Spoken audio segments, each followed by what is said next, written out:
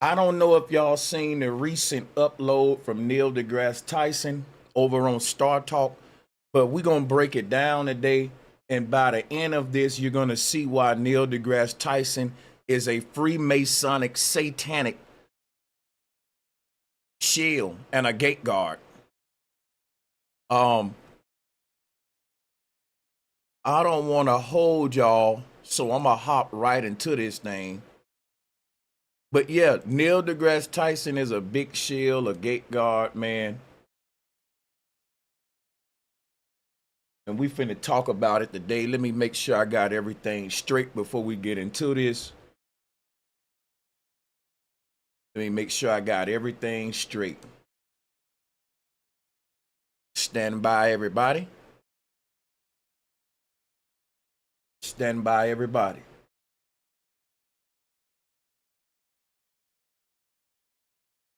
Justin Johnson, how you doing, man? I just want to get my review out the way, and then we're gonna open up the call lines for everybody. Justin, how you doing? I just want to go ahead and get a mic check from you, though. Good to see you, man. Make sure all the tech is good on your end. Can you hear me, Justin? Justin Johnson, can you hear me, bro? Okay, well, we'll come back to that. I'm gonna go ahead, like I said, and I'm gonna hop right into this thing. I'm gonna play this thing, and I'll check back with Justin later. But yeah, we want smoke first, and then we're gonna have a round table later. So if y'all want to wait in the waiting room, that's cool. But this last video that Neil deGrasse Tyson put out was called, "Does the Universe Need a Creator?" Now, think about that title before we even get into it. Before we even get into it, you got to think about that, because it's like we can give it one if we want to, or if we don't want it to have one, we won't give it one. It's almost like we have an option. Does the universe need a creator? You get what I'm saying? It's a real mental program that he's running, because that question is irrelevant. The more relevant question would be, does the universe have a creator? That's unbiased. When you say, do you need 2-3 pair of shoes, man? You automatically set me up to say no. You're framing it in a way that makes the odds against me. Like, do you need that much money? Or do you need to say that, do we really need a creator in the universe? Because, like, we can explain this stuff and create a reality, without a creator, man. See, it don't matter if there is a creator or if there isn't a creator. Science ain't into that conversation. Science don't give a damn if there's a creator or not. What science cares about, my model will have a creator if it means more control, power, and money. My model won't have a creator if it means less control, power, and money. See, at the end of the day, they will add what helps their agenda and take away what hurts their agenda. And that's what science is about, serving the world agenda of the elite. We should know that by now. And so people like Neil deGrasse Tyson, how do they serve that agenda? They do it by having a monopoly on the way we see reality. And the way we see reality is very important, because if we see reality in a way that makes us want to rebel, that makes us think that we're being oppressed or nothing is, that can be the end of their power structure. Because think about it. Their power structure works with the science working with the Vatican and the papacy. Why, Sanchez?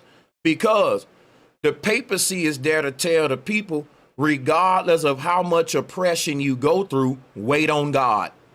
God gonna come and beat the bully up and make everything all right. And God may take his time. God may not even come in your generation's time. You know, they used this same trick with tribes, and it stopped the tribe from ever fighting back ever. Generations to come still waiting on a Messiah. It's really sad. So my thing is this right here. The church is working with the state because they both got to create this anti-intelligent design dialogue that requires man to play God with technology. So once they get everyone to say there is no God, that was started from a big bang out of nowhere, and boom, there go butterflies, there go giraffes, there go jellyfish. Now you got to think of what science selling you. From a random big bang and explosion. We're going to need the artwork for this too. Hold on a second, everybody. Because before I get into this, I want to, I like to give my little intro. Okay. The Big Bang was a violent, random, chaotic explosion. And just to give you an idea of what science gives us, just to refresh your memory. Here is the Big Bang right here. Here's the Big Bang. Now from this right here, you get intricate creatures like hippopotamus, alligators, possums, porcupines. You feel me? Black widows. We ain't gonna even go into the plant kingdom. Right? We can go into monkeys, chimpanzees, all of these intricately built creatures, man, that are tailored for their environments. You telling me it all come from a random explosion of mishap out of nowhere, and we get this intelligently designed system. Now, science is about denying intelligent design, denying a creator. And people, don't you know that's what Satanism is? I don't be calling people Satanists because I don't like them. I don't just throw the word satanic and Satanist around. Now, the word satanic or Satanist have many contexts. In the context that I'm using now, I'm speaking about the people who are anti the truth, anti-love, anti-balance. They are agents of chaos, destruction. And because of that, they have to paint that same mentality in your men. They got to basically indoctrinate you with that same mentality so you can see reality through their lenses. And this is how you make good people do bad. Because if you didn't have government, religion, and indoctrination, guess what'll happen? Bad people will do bad and good people will do good. But if you want good people to do bad, that you need religion for. You need religion for that. You need indoctrination for that. Now, we got to get into this video because the whole thing about Neil deGrasse Tyson, he's a Freemasonic Satanist that is there to combat anything that means balance, love, ancestral wisdom, organization, intelligence. Remember, these are agents of chaos. So when you say, you know what, the universe isn't chaotically born from a random explosion, right? It's more like a flower unfolding versus a bomb exploding. This is the people that tell you the cup is half empty versus half full because they're chaotic, evil. They see everything negative, and you just don't want to be around people like that. Their energy will just get you tired because they never got a positive outlook, man. It's just fucking draining. That's right. Now watch this, right? Let me show you something real quick about these people, right? Watch this. Our ancestors, when they saw the universe unfolding, this is what they saw. I don't want to be on Etsy, but you get my point on what we looking for, right? And this is what I'm looking for.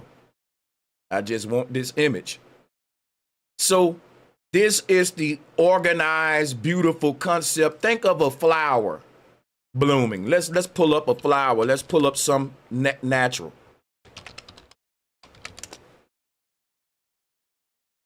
Let's pull it up. Look at this. Now, science want y'all to think something like this come from a random ass Big Bang now. Now imagine dropping a vase on the ground. Imagine dropping a brick. And from that brick, you get insects, butterflies, flowers like this, and all that. That's what science wants y'all to think. Evolution created this flower and all this stuff. You feel me? So they want to deny that there's something intelligent behind creation. Everything around us point to intelligent design. That something created this place, and everything that is manifesting in this place was created with an intent and purpose behind it. And it's proven by the nature of the thing, the environment it's in, and its very design. All right, so we see, like with this flower here, that this is not a random, these are sacred geometric shapes that you cannot reduplicate unless you're using cymatics and stuff like that. These aren't random shapes, they are frequencies that you can dial up. If you understand cymatics, this is what Nikola Tesla was talking about. Everything is about sound, vibration. So each thing that exists, you, me, a flower, a plant, no matter what it is its own universal, finely tuned frequency. There is nothing like it. Everything in the universe is a one of one. How do you can't tell me that this is gonna come from a random Big Bang. So think about something else, right? You look up at the sun and moon, you get these perfect shapes, a perfect circle. Look at this. Think of an eclipse. Look at this. And somebody want you to think that these perfect circles was born from this right here. So again, like I said, go drop a vase on the ground and see, does it give you these sacred geometrical shapes like 360-degree circles, flowers that are intricate patterns like an artist did it. And you think you're gonna get this from a random mishap? Oh no. But see, this is the deception. You know, you think you're gonna get a kidney, a brain, a neuron, a liver from this right here? But see, this is what science has done to y'all. And I got to do my introduction before we even play the video, just to show y'all what we dealing with here today, give you a little sneak peek. So let me go on ahead, play the video, and start mopping the floor with all their logic. Let's go. We haven't talked about God in a while. Oh, there's a reason for that. Yeah, it's just that the history of civilization, anytime people had gods that they revered, they're in high places. The heavens have been associated with deity. Correct. From the beginning. Right. Okay? And so my field, astrophysics, directly confronts many people's questions regarding our existence. Right. For that reason. Now watch this. And like I said, that's why he's a gate guard, because he has a monopoly on how people see their reality. And he got to give them a certain, a narrative that's coming from the higher ups. Dude is a gate guard. He can't they don't want people to know the truth. The universe we in, according to the ancient people, is a one of many parallel realities with you in it. It's a simulation that's born from a base reality, and that the powers over this place want to trap souls here so that they can't make it back to the quote unquote real world, which was called the pleroma by a lot of people. It was the Platonic realm. It was the highest heaven to the Hebrews. And so these people really are doing the work of Satan, the one that was casted down to earth. And it ain't some monster. It's an ideology of egotistical men who saying we rather build a scientific, technocratic world inside of a digital earth than get people concerned with freeing their souls out of this place and ascending back to our ancestral homeland. Because we're not our bodies, we're our souls. Science don't want to deal with the unseen realm, which makes up 99% of the universe. They want to make us focus on this little 1% that they're calling physicality. And that's how you get all of these so-called physicists. And this is the foundation of the scam, physics, because right there, they're trapping you into physicality, and that's only 1%. Everything we see is 1%. The spirit realm is the real realm, and that's what the ancestors was dealing with. These people have detached humanity from that, which is the job of Satan. And the companies that they work with bear the symbol of the serpent. Keep that in mind. Remember that Nas in Hebrew means deceive, right? Because the ancestors were speaking about spiritual enlightenment and the soul ascending up to heaven. The space programs is saying there's no way you can leave the earth if we don't make the right technology and rockets. It's a big, see what's going on is they in direct opposition of the ancestral teachings, because the ancestors basically had the first space program, quote unquote, because they was teaching people how to get off of the earth. But they was teaching that you do it through out of body experience or astral projection, and that was replaced with astronauts. But they're not going anywhere. It's all a scam. So when the Bible said that no flesh and blood can enter the kingdom of heaven, it was speaking to these heathens that think that they can ascend up to these realms in the flesh, right? This is why they're realizing, man, we can't make it through the Van Allen belts. They realize with Operation Fishbowl that the ancestors' truth is going to stand firm whether you like it or not. You can't smash your way, and they're condemned here. They're going to keep trying with technology to get off of the earth, y'all, and it's just terraforming the place. There's no way out of here without spiritual ascension. You're trapped in this damn earth if you don't work on yourself. The ancestors said you can't leave the world until the world leave you. Now let's play the video. Mommy, where's heaven? So Chuck, Yes. we haven't talked about God in a while. Oh, there's a reason for that. Yeah, it's just that the history of civilization, anytime people had gods that they revered, they're in high places. The heavens have been associated Right. with deity Correct. from the beginning. Right. Okay? And so my field, astrophysics, directly confronts many people's questions regarding our existence. Right. For that reason. Mommy, where's heaven? Oh, it's up there. No, it's not, because I have a telescope. It's So you got to see the blasphemy of what's going on here. The ancestors said that the heaven was above us and it was a higher realm. It gave them something to look forward to, and it gave them a reason to want to batter themselves and be a good person. Something to strive to. The ancestors taught, in order for you to make it to that higher realm called heaven, you got to get in tune with the higher version of yourself that's already up there in that parallel reality. So that was simply meaning that you may not be who you want to be right now, but if you can picture this greater version of yourself in your head, there are no original thoughts.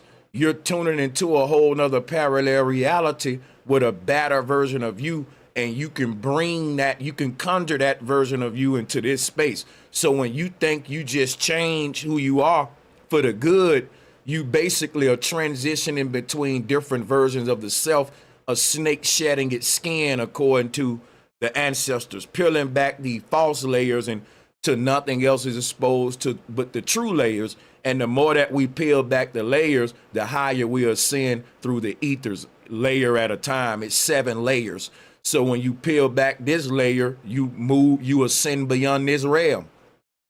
You peel back that layer, you ascend above that realm. You basically getting lighter and lighter as you peel off these heavy layers. Now, what they're selling the world is that ain't no right or wrong, ain't no male or female, ain't no genders, ain't no intent. There is no purpose for us being here. We're just on a rock, and we can basically do whatever we want to do and transform it to whatever we want with technology.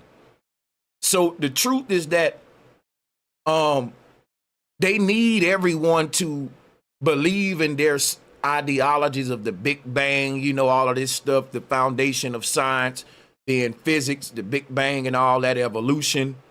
They need people to believe in these ideologies, to accept the idea of the world around them being terraformed in real time, and that it justifies the people in power being in power, because what they're teaching you is there is no other power besides man.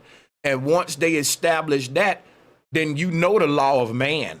The law of man is the smartest, strongest man gonna rule. And that's where we at today. That's called capitalism or survival of the fittest. And they want to keep this system going, y'all.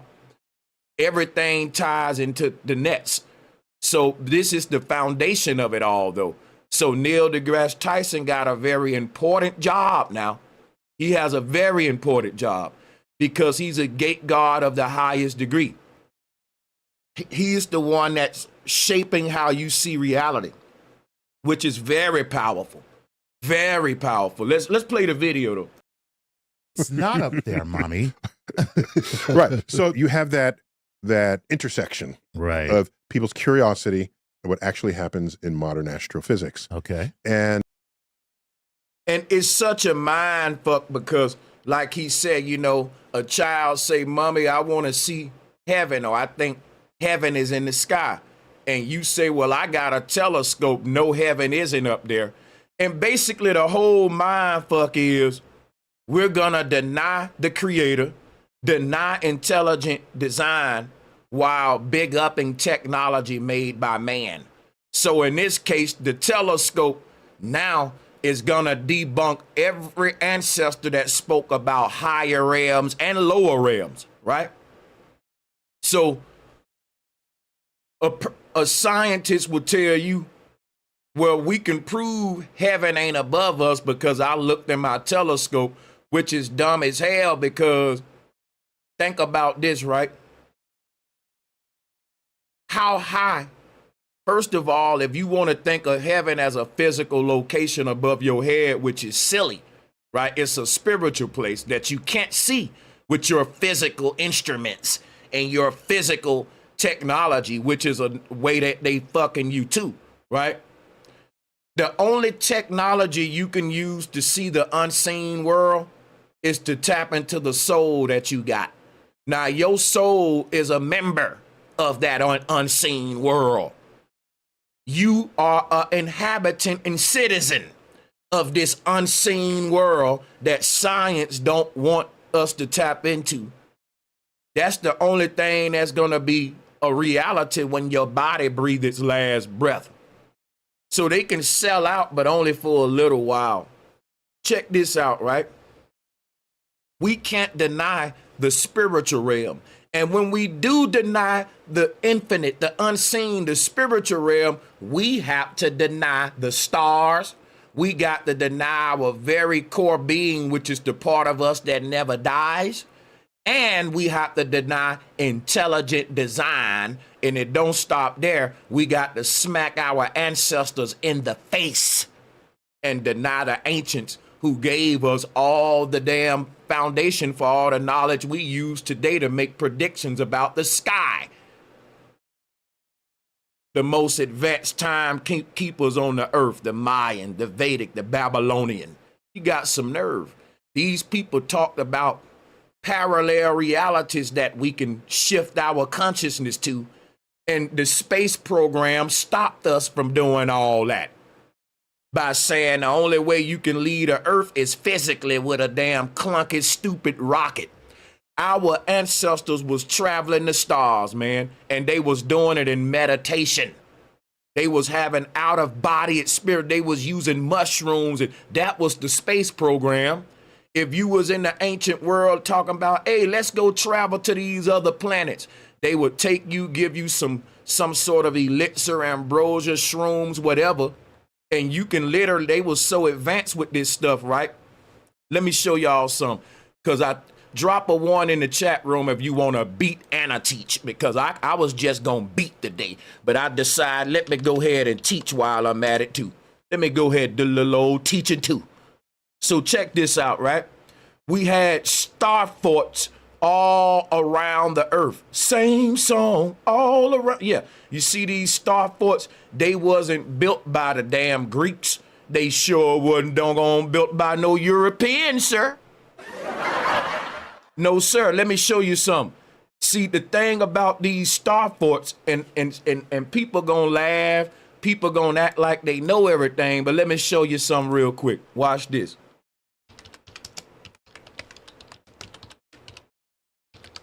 Watch this. Stars are cymatic frequencies. Did you know that? Let me show you what a star is, man. When you look at stars with your telescope, right? This is what the stars look like when you zoom in on them. Now, the ancestors said that the heavens was like a sea, a cosmic sea. It behaved like vibrating waters, which is what cymatics is all about. You can make intricate designs on a water surface with vibration.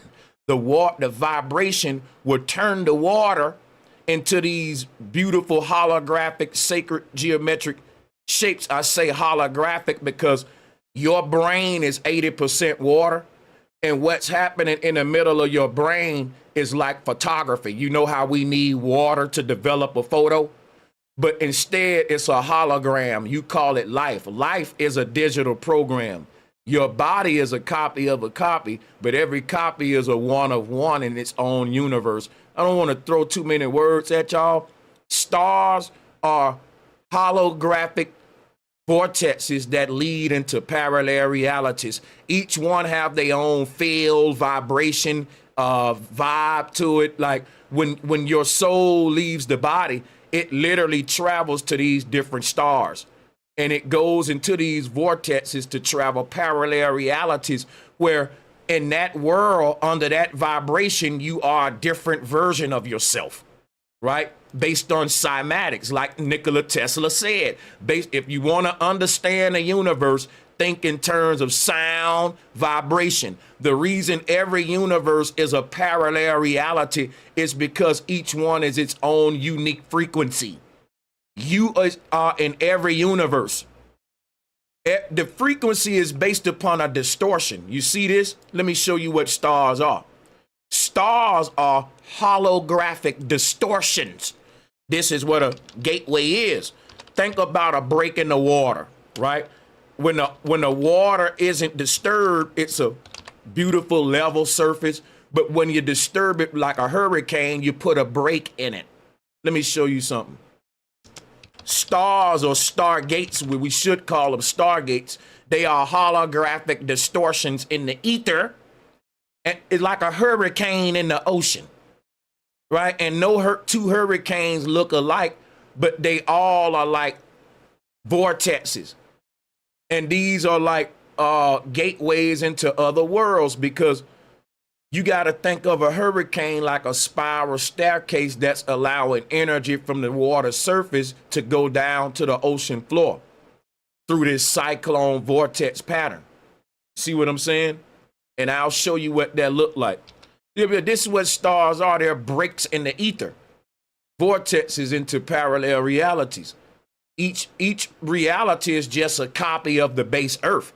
But why all of them are slightly different is because they're being influenced by a different frequency, distorting them into their own unique frequency or impression here on the primordial sea. And because of that, every version of you in that universe will be slightly alternated and influenced by the frequency of that universe. But the reason I pointed this out is because as above, so below, what the ancestors was doing with the first space program, they was building heaven on earth. Let thy kingdom be done on earth as it is in heaven. Now watch this. When we look up at the sky and see stars, guess what we did? We built star forts to resemble every last one of those cymatic frequencies in the sky. Now tell me I don't know what the hell I'm talking about. Why the hell you think they call them a star fort?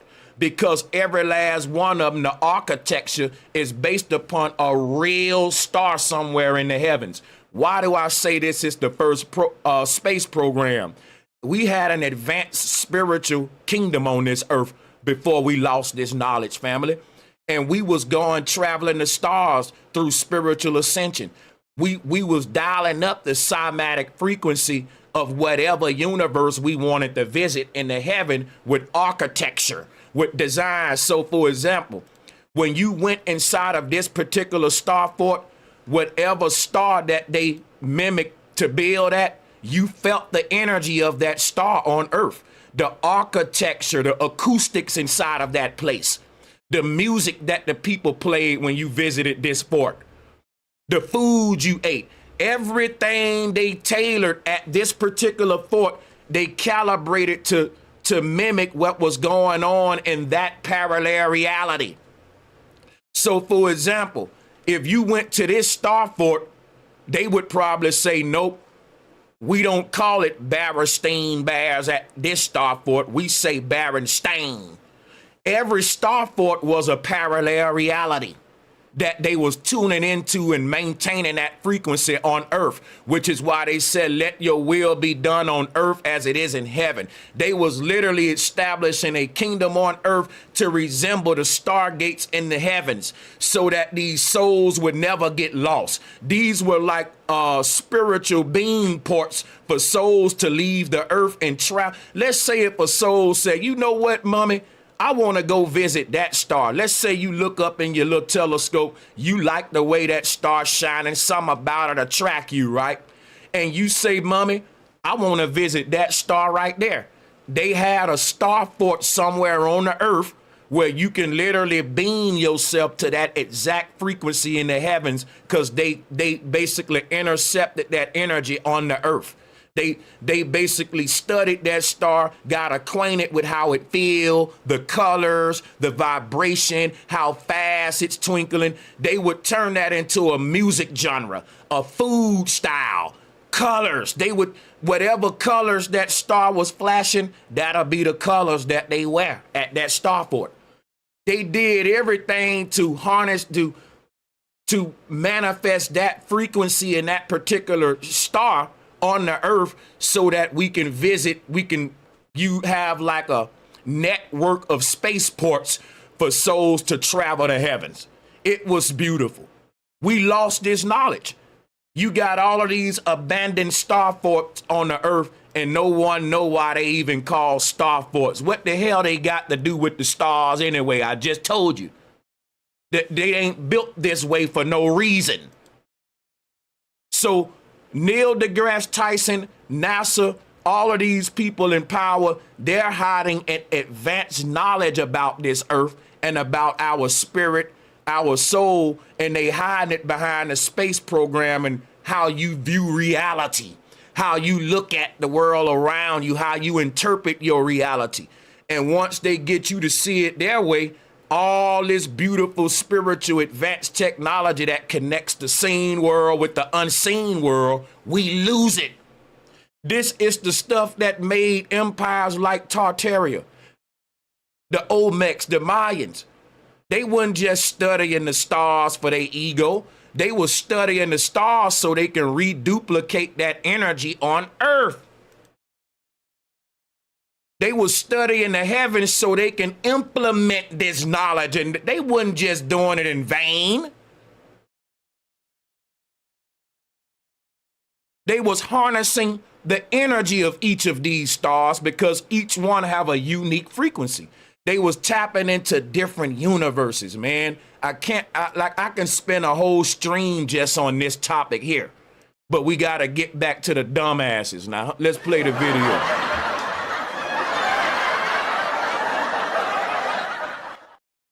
And if you are religious or prone to be religious, right? It's Which easy. I think everyone is. But perhaps, yeah, we're I human. think we're prone to It's be. a human I mean, thing. It's a human thing. Given how prevalent it has been. Exactly. Throughout our entire existence. Exactly. And some of the earliest recordings of communication involve exactly that. Correct. The burial rituals of Neanderthal, for example. Right. Right. You can only have done that if you thought there was an afterlife Right. or a supernatural force. Yes. There's an urge, I think, to see that which is unknown in the universe. You hear of it.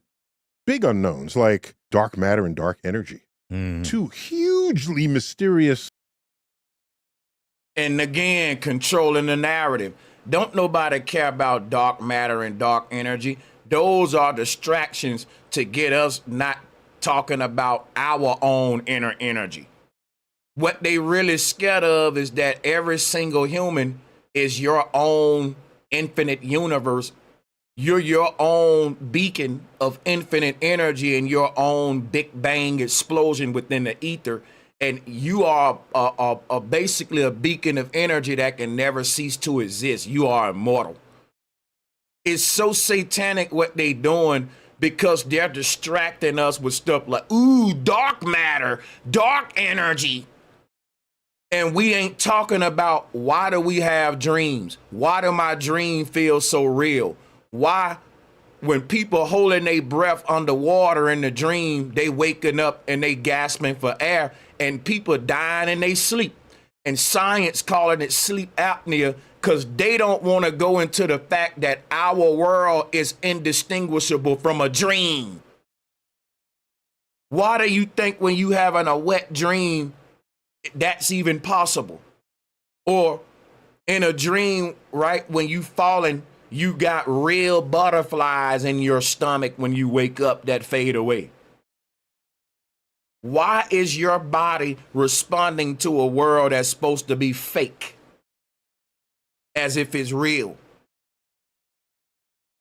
They found this out in the 40s that our mind shifts in between dreams and the real world indistinguishable. What does that mean? That mean that the ancient wise man that said life is but a dream already knew that. We're late. So what am I telling you? A dream is indistinguishable from life, and death is just you waking up from one dream, shifting to another parallel reality, according to the ancients. And if everyone knew that, guess what we would say? Is it possible to shift in between those realities before we die? Yes, it is. That's what the original space program was all about. Souls having the knowledge of how to ascend to the heavens, like the prophets in the Bible who was able to go into future earths and see the future and come back and tell you about it. Deja vu is your consciousness shifting into a future universe, and then you coming back here to this present universe. But then when that future universe shifts into this space and time, you say, I've been here before. I saw this play out before, because the Maya knew about time travel. They knew the nature of our reality. We don't.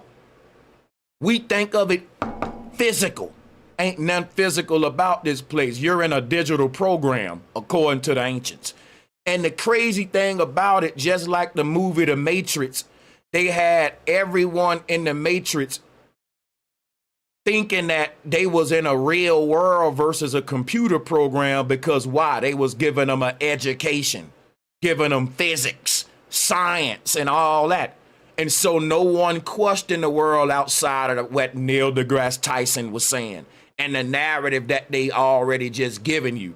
And that's what his job is. It's to keep us thinking evolution, Big Bangism, ain't no God, ain't no creator, you're a mistake.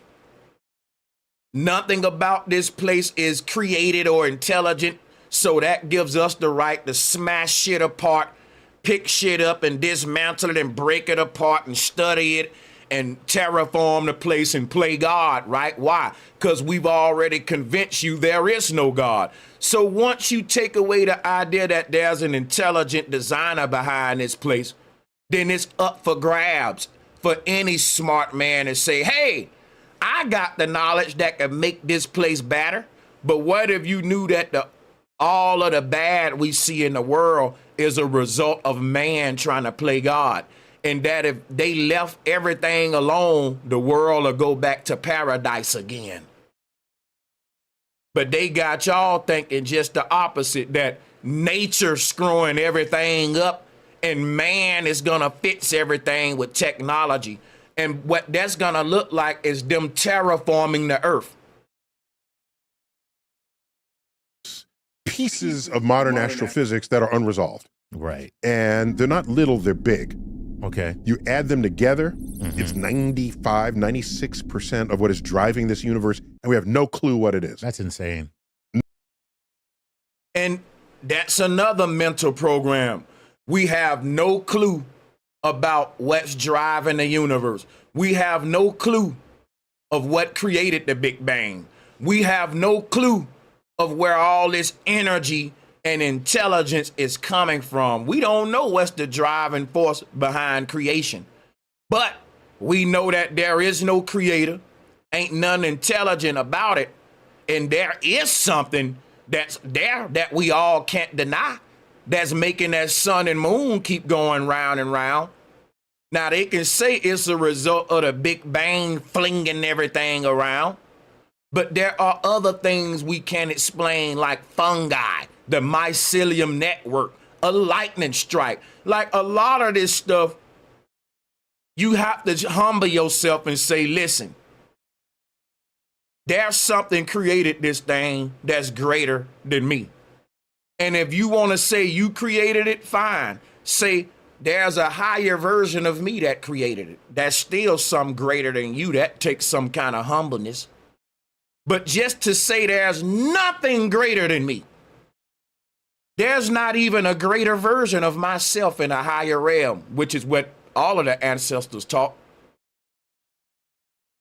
But this is what they want to give y'all, right? Like, we can't deny the vital force that drives creation. It's all around us, man, in a seed, right? And a wave splashing on the beach. You can't deny it, man. Only thing you can do is play dumb and say, but I don't know what it is. Now, it's our scientist's job to investigate.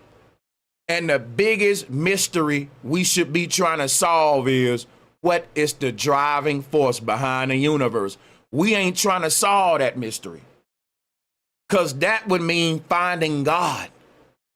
So we've got fascinated with the idea of us not knowing.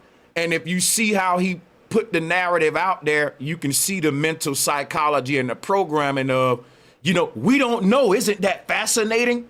No, it's not fascinating that we don't know, right? You mean to tell me we know about diamond planets light years away? We know about galaxies in other universes. You even know, Neil deGrasse Tyson, that a child can decide their gender, even when they're a cell, even when they're an embryo, Neil deGrasse Tyson. That's what you believe. So a child can even exercise intelligence at a cellular level of its embryonic phase, right? But the universe can't exercise intelligence behind a butterfly, intelligence behind a fox or a rabbit or a cloud. This Neil deGrasse Tyson is such a liberal shield. He's such a LGBTQ far left democratic liberal shield, right? That he will sell you the idea, right, that a child can decide his or her gender even before their body is developed, They still intelligent. They still exercising intelligence at that phase. But yet he can't look around him and see all of this intelligence that the universe is exercising. He can't see a mushroom. He can't see fungus, man, even a damn fly or a cockroach. He's saying ain't no intelligence behind that. But yet a human being in an embryo got enough intelligence to know whether it want to be a man or woman. Now, you telling me that this man ain't no shield? No clue. That makes me feel like we're the mistake here. I'm just saying. Because we're not the majority. We're not that. Yeah, when 97% of the stuff that's there is not you, you probably don't belong there. Damn, Chuck. Yeah, I'm just saying. That's so So corny, we man. can measure them. It's not a mystery that it's there. That is there. All right. We can measure their existence. We don't know what it is. What it is. All right. And there's precedent for that. We knew about the spectra of stars as soon as we were able to bring a spectroscope to the telescope. So this interesting information here, we don't understand it, but we know it must be important. It's different for this star than that star. Oh, these two stars match. Let's make a catalog of all the spectra. Later, we would learn quantum physics, and we could then interpret what was going on. And thus was the Just a lie. birth of our modern understanding of stellar evolution. The first steps are the measurements. So it's not so weird that we have measurements and don't know what it is. We don't have measurements. So there's not only are that, there are other accurate. questions that are just simply yet to be answered, Okay. as opposed to mysteries. So one of them is what was around before the Big Bang. That's a big It might one. have been a multiverse, but even if there is a multiverse, what was around before the multiverse? Okay. And see, that's the thing. They got y'all thinking in linear time. They got y'all thinking in linear time. The ancestors taught time is a big loop. Now, let me ask you somehow. Let me show you why they mind fucking everybody real quick, right? Think about this real quick. Let me go get my little board real quick, and I'll show you something.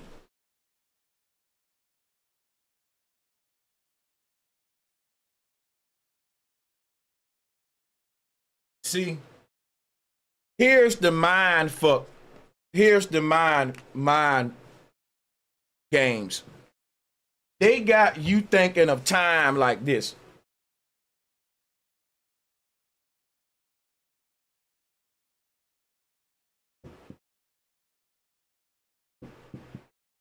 This how they got you thinking of time.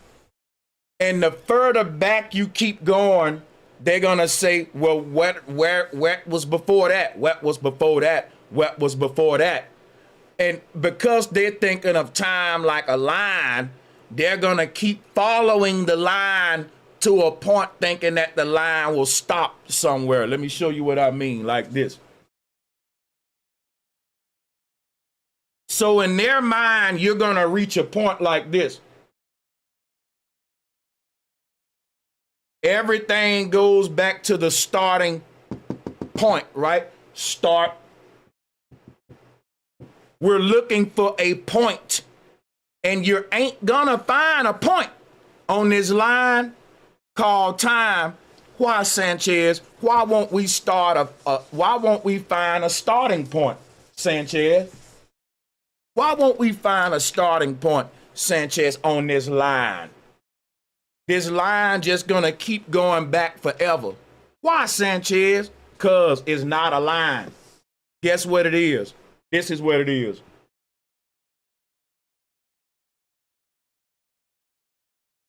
If I ask someone, where is the starting point to this circle?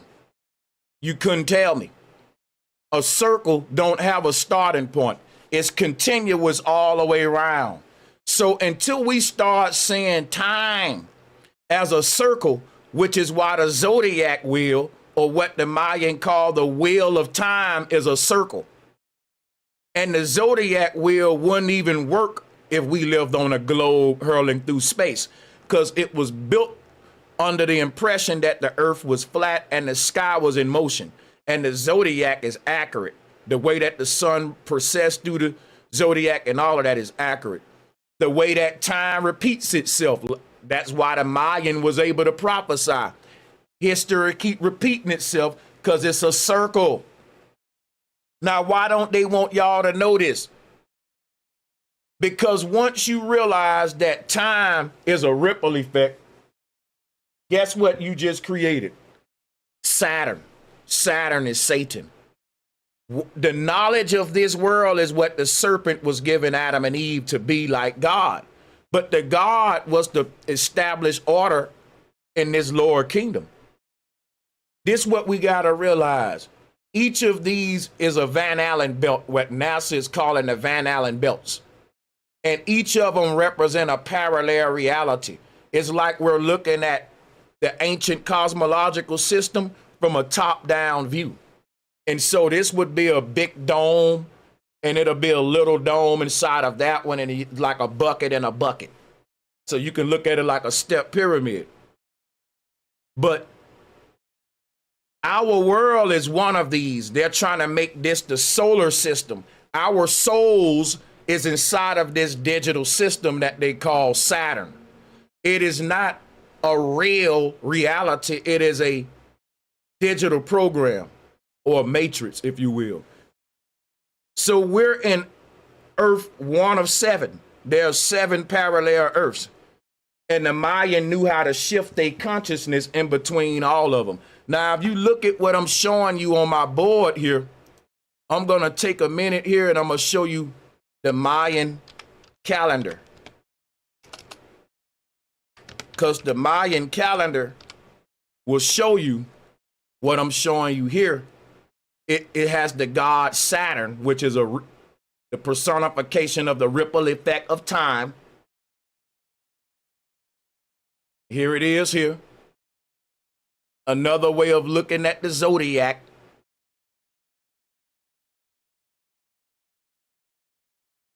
Right?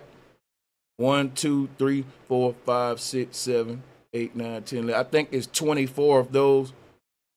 And I'll break that down. That's the 24 hours in the day, which is the 24 elders. The earth is a well-built clock. It's intelligently designed. And this is another form of the god Saturn. I can show you many forms of this deity. It's basically a dude face in the middle of a ripple effect. And they got several versions of them, but the original form of Saturn was come from our ancestors, the god of time. It's just a personification of how time works. Time is revolving around us, y'all.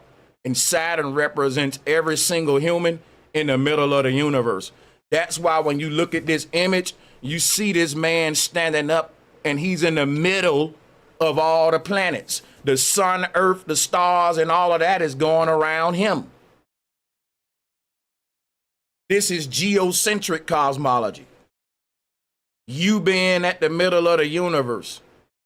So his name is Santa, and Santa is the word center. And here is another example of Santa at the center of the universe. Teaching how everyone is projecting from Eden, from the base reality, from the central reality outward.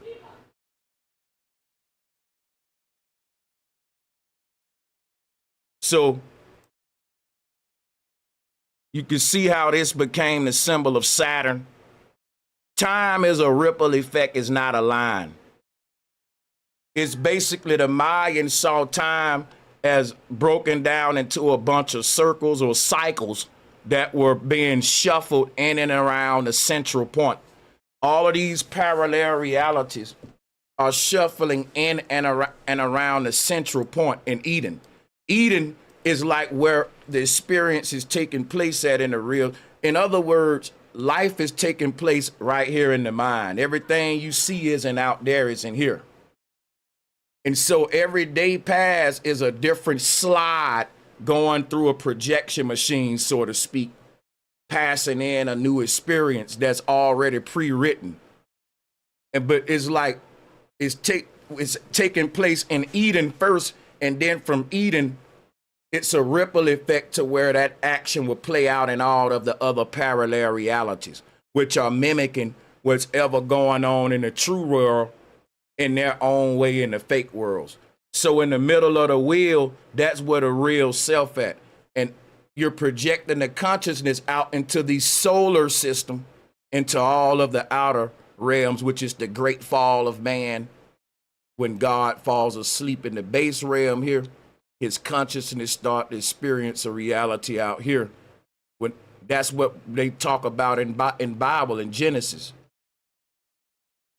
You say you're born into sin, but you're really born into time, because once you leave the center, it's like leaving the center of a tornado, and now you're going out there and you living in the chaos, because those walls of the tornado got a lot of debris, stuff turning around, and all of that stuff gonna grind you down like a shredder, and that's what aging is. So when we live in these outside worlds, that the sky that we're in, it's aging us. We're born in time. This is what death is. It's like a shredding process, because everything in a tornado winds, eventually your skin will be ripped off of you. You will be a shedding, like a peeling process. So this is what decomposition is. It's the inevitable fact that we live in time and that we can't escape this shedding or death process. And another way to look at it is like, if you put fruit in a blender, it'll stay whole for a minute, but if you keep that thing on long enough, everything gonna get shredded up, because eventually that blade gonna hit you, and it's gonna keep. So basically, slowly but surely, we're all, from the moment we're born, on a march to the grave.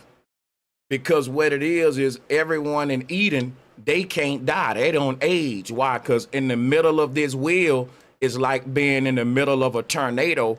You're not affected by the chaos or the outer walls that's turning and ripping everything up. That's death. That's the Ripper, the Reaper, the Ripper, the Reaper. He's shredding every decomposition. Everything born on the outside of this wheel in the vortex, that's like you being in a hurricane. Eventually, this thing gonna rip you up, and that's why we say rip, or the Ripper, the Reaper. That's another way of saying Saturn, the god of time, when they said, well, he's eating up man. Because they personified this ripple effect in Star Wars. They called it Sarlacc. This thing will eat you up and rip you up. But it's just Saturn, another way of saying Satan or Saturn eating up man in the bottomless pit, or Dante Inferno. Shout out Hydrogen. Thanks for the super chat. And thank you, someone else sent in a super chat. Shout out to Rogue Knowledge. Appreciate y'all. So I'm going to beat and teach. Let me get back to the video. We don't yet know how Earth went from organic molecules to self-replicating life. Right. You know why they don't know? They took away intelligent design. They don't want to know. See, if we knew all this, think about this, how dumb. It's just they're playing dumb. They know how to transport consciousness out the body. They know everything about space, but you don't know how humans can create another human. We don't know about the basic fundamental driving forces behind creation and life, because you denied the creator.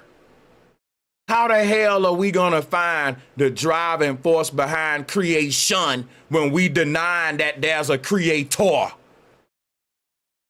That's like all of us being in a damn car.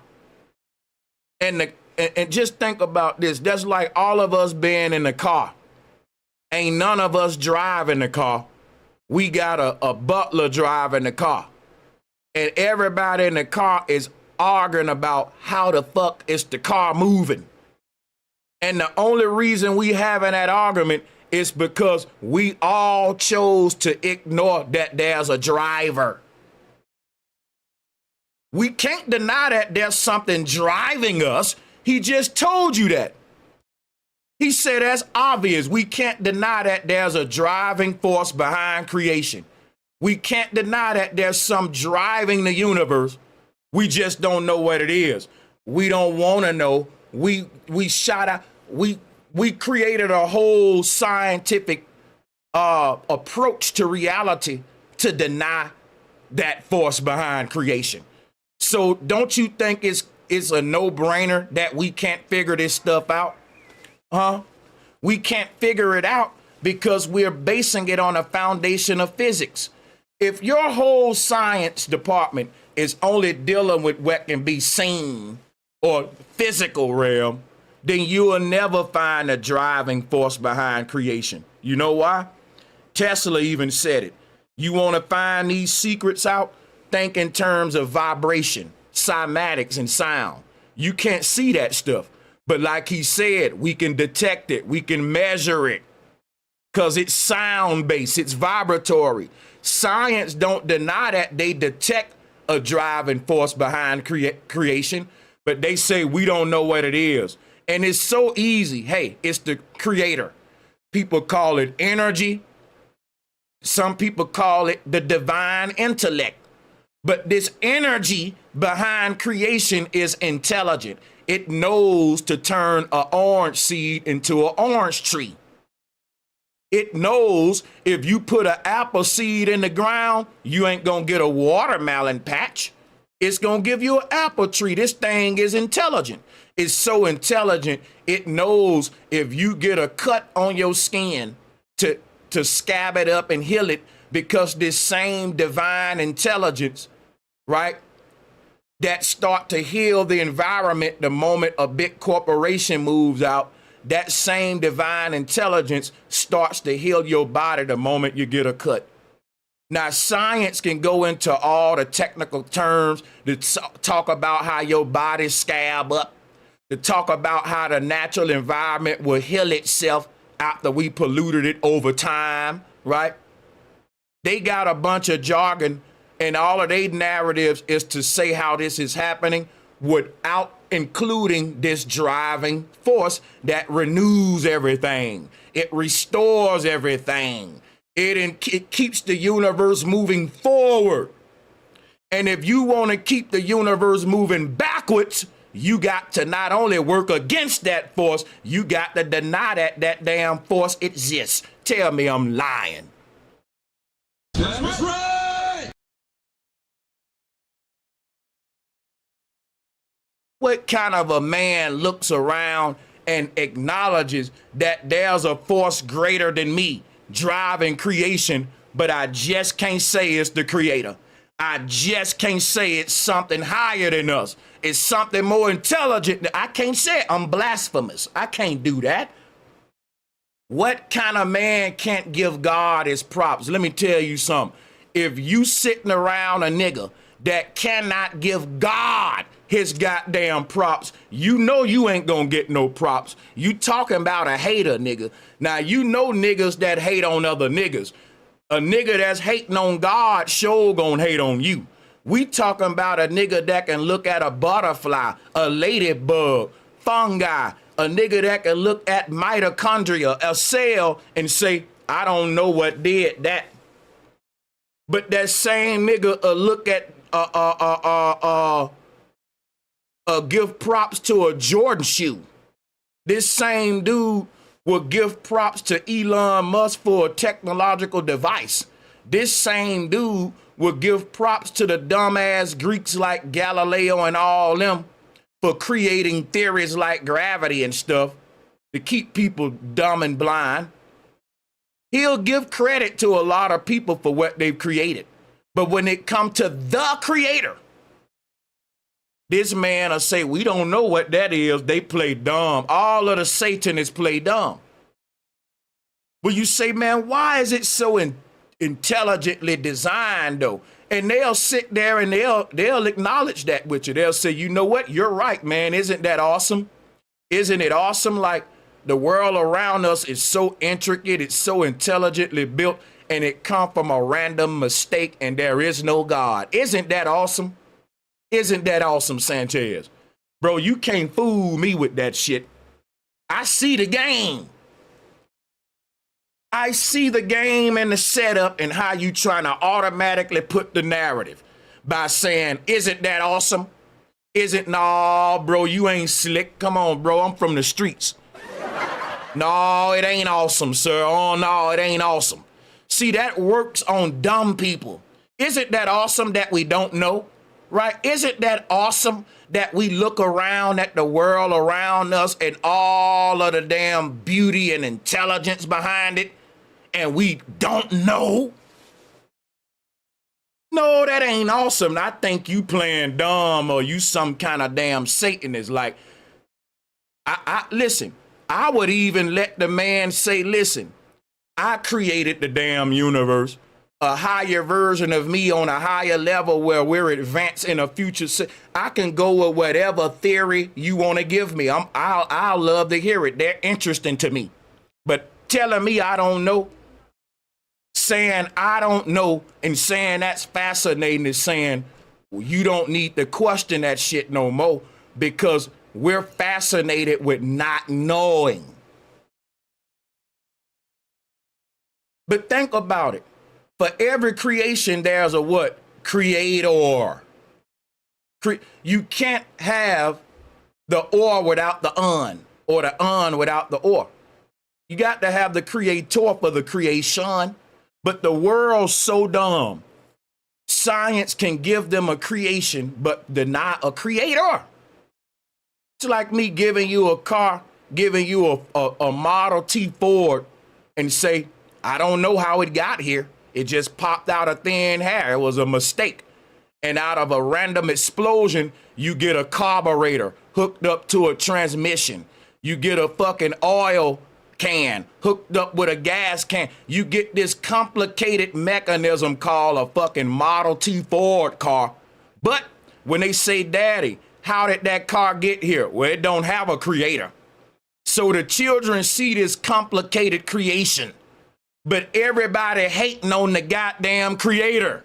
Now, everybody like driving the car now, but if you say who created it, oh, we ain't figured that out yet. If you say, well, who's driving this car? What's been moving this car for so long? Well, we still trying to figure that out. Meanwhile, we know how to take a monkey's motherfucking consciousness and put it in a computer program. You don't see these folks got a problem? It's some evil about these folks, man. Don't add up. Earth went from organic molecules to self-replicating life. Right. All right. Earth figured it out. We haven't figured that out yet. Right. Granted, Earth took a couple 100 million years. All right. Yeah. And we're trying to do it in the lab overnight. Right. But still, that's a mystery. And who knows how many failures over that couple 100 million years Earth had. Good point. You know? Because they ain't left. Well, they're right? not there. They're not there. They didn't survive. So you will never find a creator with physics. You know why? Because the creator ain't physical. So the very nature of our approach to understanding reality is flawed, and it's flawed on purpose. They want to keep you blind. What they call in the unseen world, it ain't that we can't see it.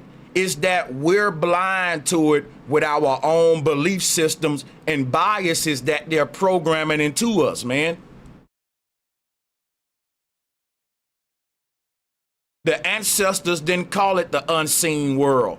They call it the astral planes, the ethereal realms. And they talked about this place as somewhere we can go. So it's only unseen to us, and we're cut out from it because these folks trying to keep us condemned and trapped in this one particular pocket of time and space like them. But you're multidimensional. If you can dream, dream, you got a soul. If you can have deja vu and all that, you what they call multidimensional. You have the gift of the gods. Some people don't got that. I don't think Neil got it. Ain't no way you got a soul and you gonna sell it like what he doing, man, and not value it. This unseen part of you that's linked to the immortal realm, the ancestral realm. Ain't no way his ancestors pleased with him. Neil don't want to die. Judgment gonna be on waiting for him. So I believe he already plugged into the beast. I wouldn't be surprised if he chipped up. You know, a lot of these people ain't gonna die. They soul just gonna stay here in this digital program. We're gonna leave this shit and go back home. If you lean religious, you will see these mysteries as where God might reside. Yes. God is operating there. Right. And there's a long tradition of this, actually, but philosophers got wise to it, and they came up with a term for it. We've mentioned it on a couple of other of our explainers. God of the gaps. The God of the gaps. The God of the gaps. It's a very powerful concept. And it's got the alliteration. And what they calling God of the gaps is when they said when people don't understand something, they just say God did it. So for example, right, if I look at a butterfly or a cocoon, how a caterpillar becomes a butterfly, or if I look at a cloud with lightning and I say, you know what, there's some higher intelligent force behind creation. If you do any of that, what physics, what scientists will tell you is that's the God of the gaps. Because you don't understand something, you saying is God. No, we totally understand it. We're saying because it's so amazingly complicated, it's above any humanly doing. So it's something superhuman that created a liver. Humans didn't make livers. Like, think about Neil deGrasse Tyson. Think about how blasphemous these niggas is. They sitting up there with eyes that's allowing them to see, and they didn't make them eyes. They sitting up there with noses that's connected with some complicated shit called lungs, and they can breathe something called air that they did not create. And when you start acknowledging this stuff, they say, why it gotta be God that made my nose? So Sanchez, you telling me there have to be a creator for air that I'm breathing? Well, isn't that a creation? You cannot have a creation without a creator. It's impossible. You can't have one without the other. But the world's so dumbed down, they can do that to y'all. They can give you a creation without a creator. It lets me know that the average person is just stupid, man. You can be played with a dude with a suit on who you think smart, and you don't see the evil agenda that these folks got. Iteration, so you're kind of stuck with people. So it's the urge to declare that if there's something you don't understand about the universe, that God must be there with the puppet strings, or with the. And why God got to be puppet stringing? And why God got to be something I acknowledge based on a misunderstanding? Why can't I just acknowledge a complicated creation? We do it with Bill Gates. We do it with Steve Madden. Somebody say Steve Jobs. We can look at a cell phone, right? Like the dude sitting there, he just sucked off a telescope. They love to suck off man-made creations and give niggas props because it's so complicated to design it. And do you know how complicated the James Webb telescope is? We like complex technology. And whenever we see a man built something that's complicated, we give him props. We say, damn, that's intricate, man. That's deep. Like, you're a genius, like, which is another word for God, right? A guide, a tech guru. You're a leader of innovation or whatever. But the thing is this. You look at a butterfly, a ladybug, you look at the clouds and all that, and you say, well, what you're experiencing, Sanchez, is a misunderstanding. And your misunderstanding is making you create a God of the gaps, which is a puppet master. How do you get all that for me simply admiring the intelligent creation around me and saying, man, the creator is awesome? Whatever the creator is, whatever your theory of this higher, intelligent, greater consciousness is that's responsible for this realm, salutes to you. At least you ain't dumb enough to deny a creator while marveling at the creation. Because that'll be like me looking at my iPhone and acting like, goddamn it, Steve Jobs never existed. And children will say, how did we get iPhones? They just popped up out of nowhere. That's what the Big Bang is. When you wanna hide the creator, then you got to say that the creation just popped the hell up. It's simple. That's what the Big Bang is. And we don't know, it just came out of nowhere. Now you wouldn't go for that and with anything else, but you would go for that with the world around you. Come on, man. If children was born on an island and they didn't know the history of cell phones, they would say, where did cell phones come from? And we can say the fairy gods brought them from the heavens. There was a time before cell phones, but when cell phones came to the earth, that was because aliens came and they brought the cell phones to man. Right? And when we say, well, why don't the cell phones ever go away? Because the aliens return every so often and they deliver more cell phones. Why don't we see them? Because they don't like to be seen. People will go for that. People will pray to the gods of the cell phones to keep the cell phones coming because you won't tell them that there was a dude named Steve Jobs that existed. You done hid the creator.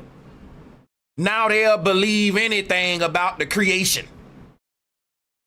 Because it had to come from somewhere, and something had to create it that's greater than us. So now the floor is open to come with any bizarre story. And that's what their job is, to tell stories, aka lies, not truths. Once you deny the creator, everything that creator created, you got to say it just popped up one day. And I'm not going for it. Y'all can go for it. Forcing of what's going on. Right. And my favorite God of the Gaps moment, can I tell you that? It was Ptolemy. Okay. Claudius Ptolemy, AD 150, in the margin of his greatest work, the Almagest. Right. Okay? Actually, just Almagest, right, which is Arabic for math. Hi, I wrote a book called Math.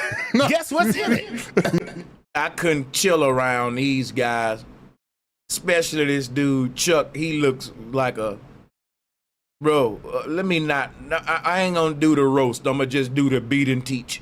Almagest is the greatest. It's an Arabic translation of the greatest. That's so cool. And he masterfully codified the epicycles that he was sure planets traced in the sky. Really? With Earth in the middle of the known universe. Oh. There's no other way to account for planets going backwards and forwards. With retrograde, we have words for it even. Right. Goes backwards, retrograde. Right. We think the planet's actually doing that. That's why your washing machine's not working, because Mercury's in retrograde.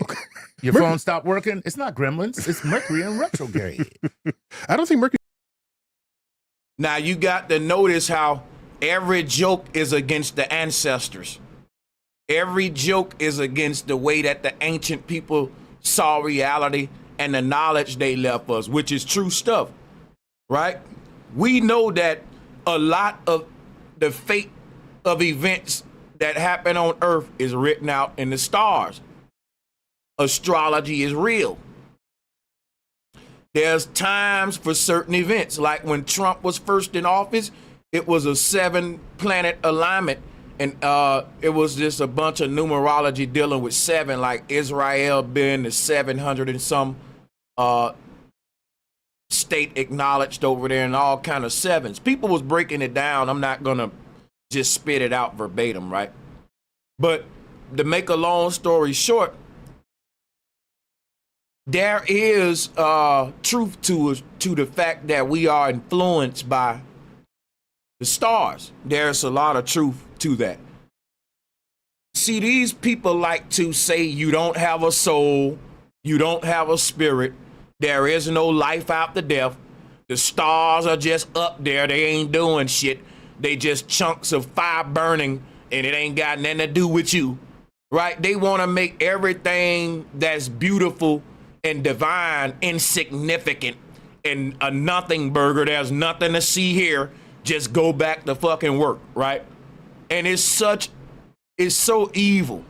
You know what I'm saying? It's so evil. Mercury cares about inanimate objects.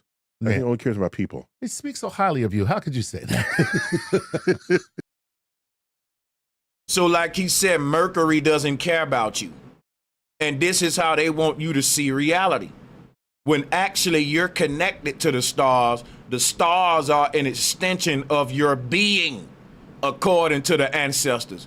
But these people don't want you to know nothing about your divine nature and your connection to the universe. They think the planet's actually doing that. That's why your washing machine's not working, because Mercury's in retrograde. And let me tell you something, man. This dude right here, he's got so much bent wrist energy that they just need to wrap his wrists up, man. You know, that man's wrist is broken like a motherfucker. You know, to each his own. I ain't, judging nobody. I'm just saying. This guy right here, pink power vibes, buddy. You know he's the Pink Ranger in the Power Rangers now. Let's go. Your phone stopped working? It's not Gremlins. It's Mercury in retrograde. I don't think Mercury... A lot of head swinging and hip switching and wrist breaking. You know, the boy wrist broke like he's been fighting Chuck Norris. The boy wrist broken like he got in the ring with Steven Seagal, son. He cares about inanimate objects. I think he only cares about people. He speaks so highly of you. How could you say that? So he does this, right. But it's still kind of a mystery. Why would all that happen? Exactly. He's just doing it. I can account for it with my little epicycles. And he wrote in his margins, as I trace. Not to mention, you can see his whole brain through his nostrils. What's his name? Chuck Nice. Boy, you got some big open nose nostrils that they are inverted so we can see right up into your pineal gland, son. We can read your mind, babe. We know what you're thinking. The windings to and fro of the heavenly bodies. I no longer touch earth with my feet. I stand in the presence of Zeus himself and take my fill of ambrosia. Damn, he was just wrong on many accounts. He didn't even get the right God. He went with Zeus. He's Greek. He's Greek, okay? Yeah, no, so I get give it. the man his religion. All right. Don't take away his religion. Right. And so that, for me, was the crowning moment of God of the Gaps. Right. All right. So there are people who, to this day... Which, by the way, I mean, before you go further, that's another iteration of how we experience God. He understood something was going on, but it inspired awe within him. And whenever somebody feels that sense of awe, they often want to attribute that to God. Correct, because it's beyond. Like, think about this. Why can't you attribute your sense of awe to God? Why can't you? You know that when you see the sun, the moon, the stars, you know when you see the clouds and all that. Whatever it is about this place that makes you acknowledge something greater than you, and I don't care what you call it, like, but when I have a problem with people that got a problem with us having a sense of awe about our reality. Like, think of a woman giving birth to a baby. That's still like breathtaking. Just the concept of new life, a new human being born. It's amazing. And you can't explain it with science.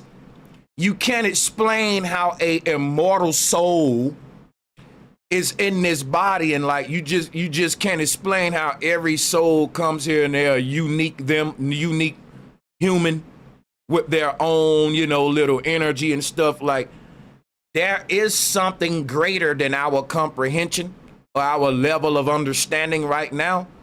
that's greater. And it's more intelligent, more advanced. And until we acknowledge that, there's gonna be a lot of mysteries that's we can't solve. And that's what Neil deGrasse Tyson keep admitting, that, well, we can't solve this stuff. We don't know what the driving force behind creation is. But why would you be mad at a person for being in awe? Right? You don't mind that we are in awe with the fact that we don't know it. You want us to be fascinated with the fact that it's a mystery.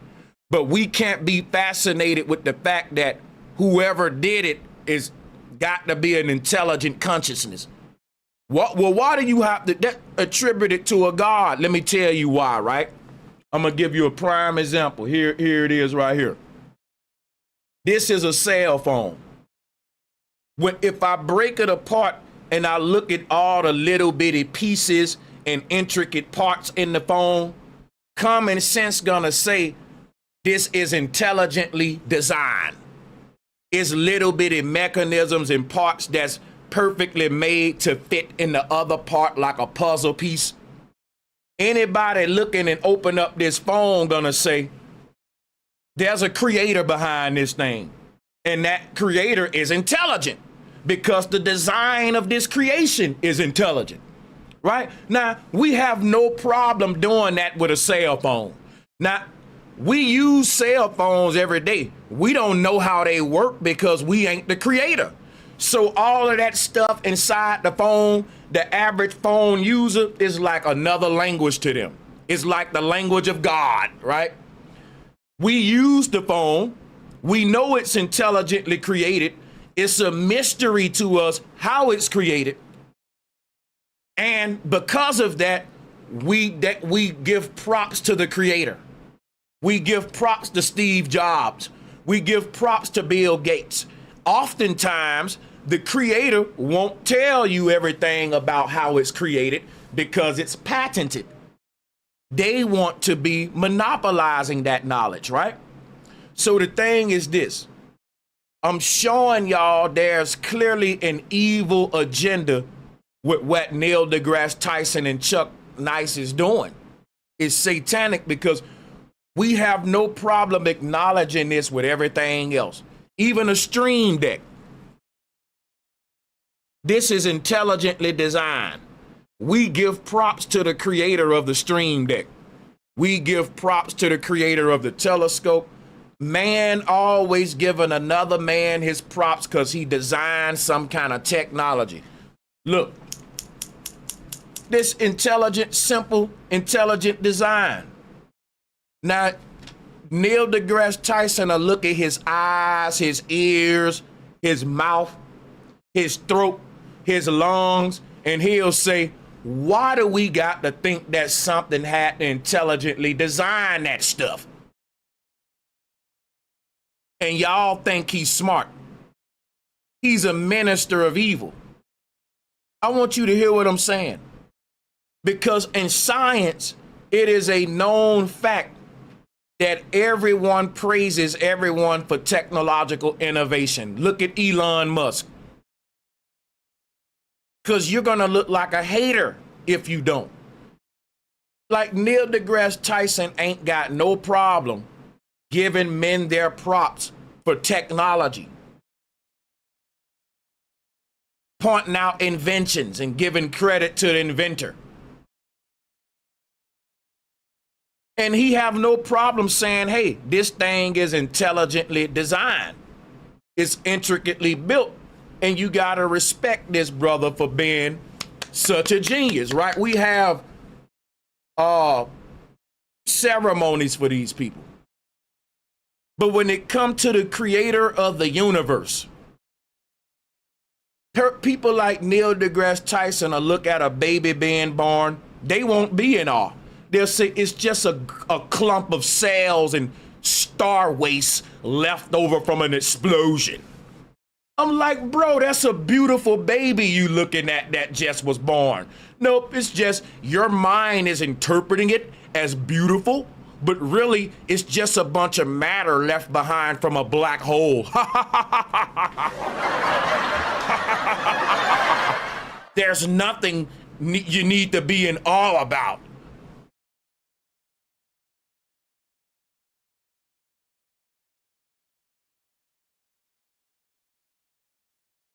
On their grasp. Right. So this is it's been going on forever. Right. This urge. Yeah. Okay. My caution there is, if that's how you define God, where science has yet to tread, Right. then Y'all don't understand. Let me break some down, and I'm finna play the video. The reason I'm on this dude's head is because you gotta understand. Neil deGrasse Tyson teaches that before a baby is even developed in the fetus, it can start deciding its gender and whether it want to be male or female. He teaches this. This same dude is teaching that this clunk of matter that we calling a baby is not really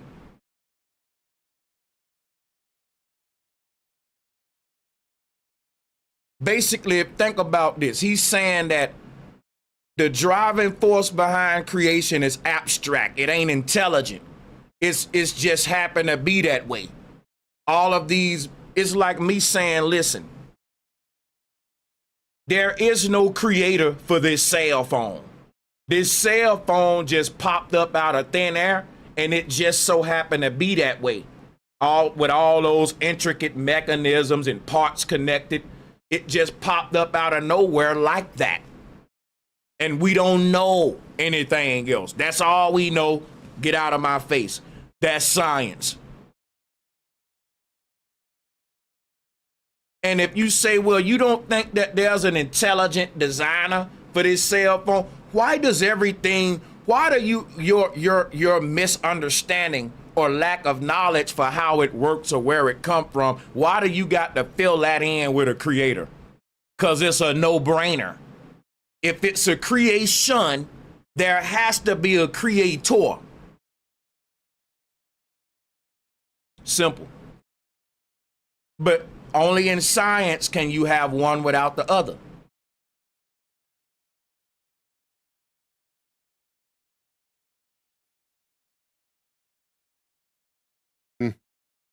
God to you is an ever receding pocket of scientific ignorance. Oh, that's sad. That's If sad. you That's define if you God define that way, God it's that an way. if statement. Right. So round two. So you saw what he just did?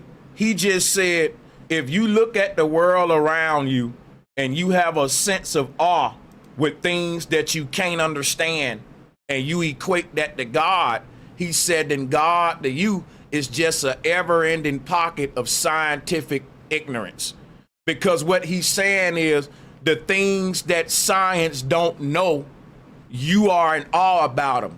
When science say we don't know the driving force behind creation, we don't know what created the universe, and we say, oh man, that's crazy. Whatever created it must be an intelligent consciousness. And they telling you, well, your interpretation of an intelligent consciousness is just a bottomless pit of scientific ignorance. And that's stupid to say. You see how he trying to trick y'all? Because that is not what people saying God is. People is not personifying God as a culmination of everything scientists don't know. Everything scientists saying they don't know, in my opinion, is just y'all playing dumb and being blasphemous, and you want to act like that there's nothing intelligent that created this place.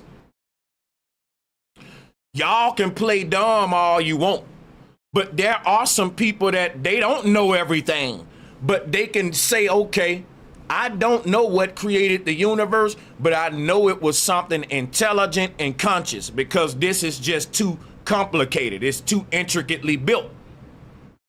They would tell you you're dumb for thinking that way because you're equating God to the stuff science is yet to figure out. And what I'm saying is, listen, science will never figure out the unseen from a foundation of physics, which is only dealing with what we can see. You're not looking for God. And people know you ain't gonna find God with science. We know that deep down inside, that our approach to understanding reality rejects us the privilege of even seeking God properly. God is a spirit, not a physical thing. So you don't look for a physicist to find God. You look for a ancient person that's connected to the universe. You look for a child of God, not a child of the devil. But to think about this, right? Just because they want to play dumb and act like there is no creator, they act like when we acknowledge a creator, that our acknowledgement of the creator is just us acknowledging the stuff science don't know. I'll replay the video. That's how stupid this man is. Watch this. Watch this. He went with Zeus. He's Greek. He's Greek. Okay. Yeah, no, so I get give it. the man his religion. All right. Don't take away his religion. Right. And so that for me was the crowning moment of God of the Gaps. Right. All right. So there are people who to this day, Which, by the way, I mean, before we go further, that's another iteration of how we experience God. He understood something was going on, but it inspired awe within him. And whenever somebody feels that sense of awe, they often want to attribute that to God. correct, because it's beyond their grasp. Right. So this is it's been going on forever. Right. This urge. Yeah. Okay. My caution there is, if that's how you define God, where science has yet to tread, Right. then God to you is an ever receding pocket of scientific ignorance. Now, don't nobody define God that way. And then to think about this right here, he's saying that your sense of awe about creation, which is that sense of awe is associated with your acknowledgement that there's something greater than us that created the sun, moon, stars, all of that, right? That created your brain, your neurons. Something greater than us had to think this out, right? So some people call it God. Now, we don't understand fully how even our brains work yet. Science still investigating that. So listen, Neil deGrasse Tyson is saying to you basically, you cannot acknowledge a creator until science find the creator. Ain't that silly? I'm gonna go back to my cell phone example. That's like telling me I can't acknowledge the fact that someone created this cell phone until they figure out who created it. Tell me that ain't stupid, y'all. Tell me that ain't stupid. That's like saying, look, we all driving a Model T Ford. We don't know who created it. All I'm saying is something created this thing that we driving because it's intricately built, right? And what Neil deGrasse Tyson would tell you, you don't know that. You can't say that there's a creator until we figure out who built this car we driving in. Stupid. That's science for you, and y'all think he's smart. You telling people they can't acknowledge the fact that some created this place until you figure out who, what, why, how, and what was all done. We don't got to wait on science for that, you dummy. That's right. We don't got to wait on you to figure out what created the sun for us to say something created it, you big dummy. Well, you don't know that. We can't say that there's a creator. So you just gonna deny a damn creator until you can investigate and figure it out? Nah, y'all can be stupid by yourself.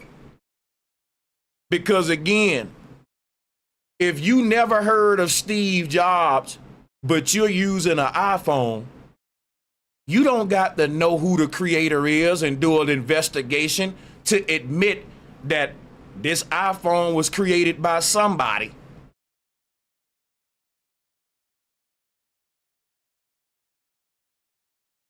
Oh, that's sad. That's If sad. you That's define if God you that define way, God it's that an way. if statement. Right. So round two. Round two. Ding, ding, ding. Okay. Round two. All right. There are people who, they're not falling for the God of the gaps. Right. To them, God is everything. Yeah. Gaps and no gaps. Right. Okay? So I don't know what the hell he's talking about, right? How can you say God is everything but say God don't exist too?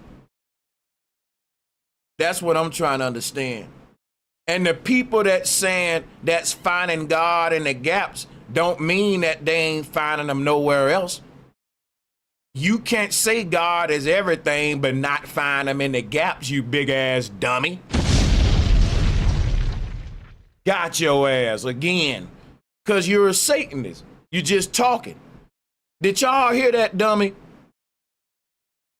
People ain't falling for that God of the gap stuff because they know God and everything. Well, he in the gaps too then, nigga. What you got against the people that's finding God where you ain't finding him? Because y'all know God is there and you didn't want to admit it. People finding God in the gaps, y'all. And they realizing science put those gaps there and they hid God in those gaps. We found God where you hid him at. And when we find God in the gaps, you get mad. And you say, well, people finding God in the gaps. Okay, so, but we're finding God everywhere. So why the fuck didn't you find him in the gaps before me? that God, that's a different God. Okay? That's not just a God who's lurks. Right. Because science is an ever-moving frontier. Right. One day we'll figure out dark matter, dark energy, and what happens to your God if that's what it was. All right? Right. Okay. So the people who say God is everything, that resembles greatly Spinoza's God. He suggested that God, in the context that I'm using the word, is just the driving force behind creation. You can interpret it however you want. Because I think the higher self is God. But that'll go into a whole nother debate on how one defines the driving force behind creation. Long as you don't deny that there is a driving force behind creation. See, the thing, what I'm telling y'all is this. Science is saying there is a driving force behind creation. We just don't know what it is. Other people are saying there is a driving force behind creation, and that's God. Neil deGrasse Tyson is telling you, you can't fill in that gap with God. And I'm telling you, yes, you can. Because the perfect definition of God in this context, we're talking about the driving force behind creation, then yes, that would be the thing that people call God, man. Come on, we ain't gonna complicate this, y'all. We got to not complicate it so we can expose and show how they're double talking and they coming with the Satanism.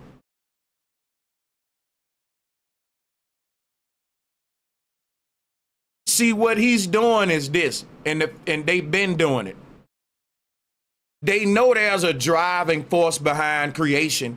They just don't want to say it's an intelligent consciousness. They don't want to say that. You can call that God, the creator, whatever that's on you. Bottom line is there's a higher consciousness, there's an energy, there's a power beyond physics, beyond the human flesh and blood. It operates in the unseen. It operates on the spiritual level.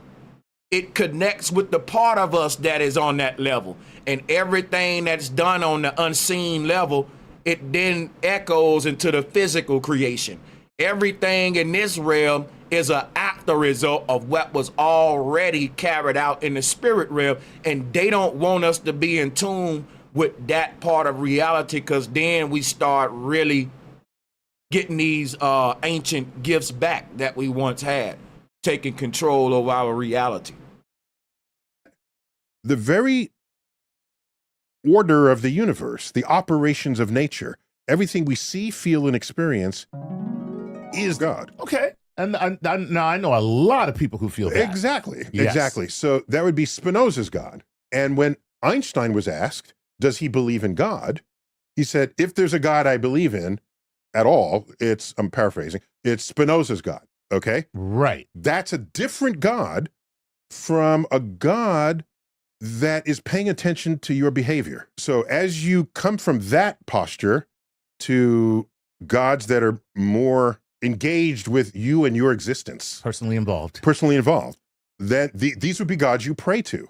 Okay. You wouldn't pray to Spinoza's God. I just want to make it clear to people that when they say God, right. God has very different meanings to different people. There's a tiered even throughout history of God. Even throughout history. Wow, Correct. that's great. Correct. Okay, I like it. Okay. So far, this is great. So a common God manifesting today in people's beliefs is a God that cares about them Right. and their health, wealth, and well-being. Right.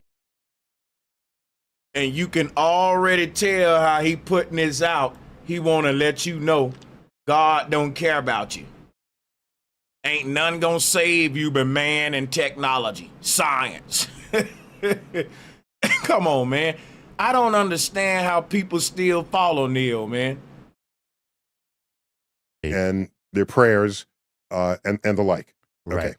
So there is a point of view that says this universe is so amazing. There had to be a God. Here go the thing. The word God is the word guide. Everyone had guardian or guardian spirits. And like he just said, God is different thing to different people. But no one never denied that there was some sort of creative force or great spirit or great mother, according to the Dogon, or, every culture got their own little way of talking about this single source behind creation. From the African, I study ancient science all day for a living, fam. Right? So y'all got a problem with the word God. I understand that because you thinking Jesus, Allah. Okay, but you need to think bigger, because Neil deGrasse Tyson talking on a broader scale. And I need y'all to really, open up your mind here. We're simply talking about the force behind creation. All of the ancients knew that there was a force. Ain't nobody denying that. You would never get me in that easy debate, because I ain't gonna be that dumb. I'm gonna know that, hey, none of us can deny that there's a driving force behind creation. Now, you can call it your own soul. That can be the guiding light, the guide, the God, whatever. But to say that there's nothing is just crazy. Or to act like someone is stupid for acknowledging that is crazy. That's crazy. And even he acknowledges it. He said, yes, there's a driving force behind creation. He said that earlier.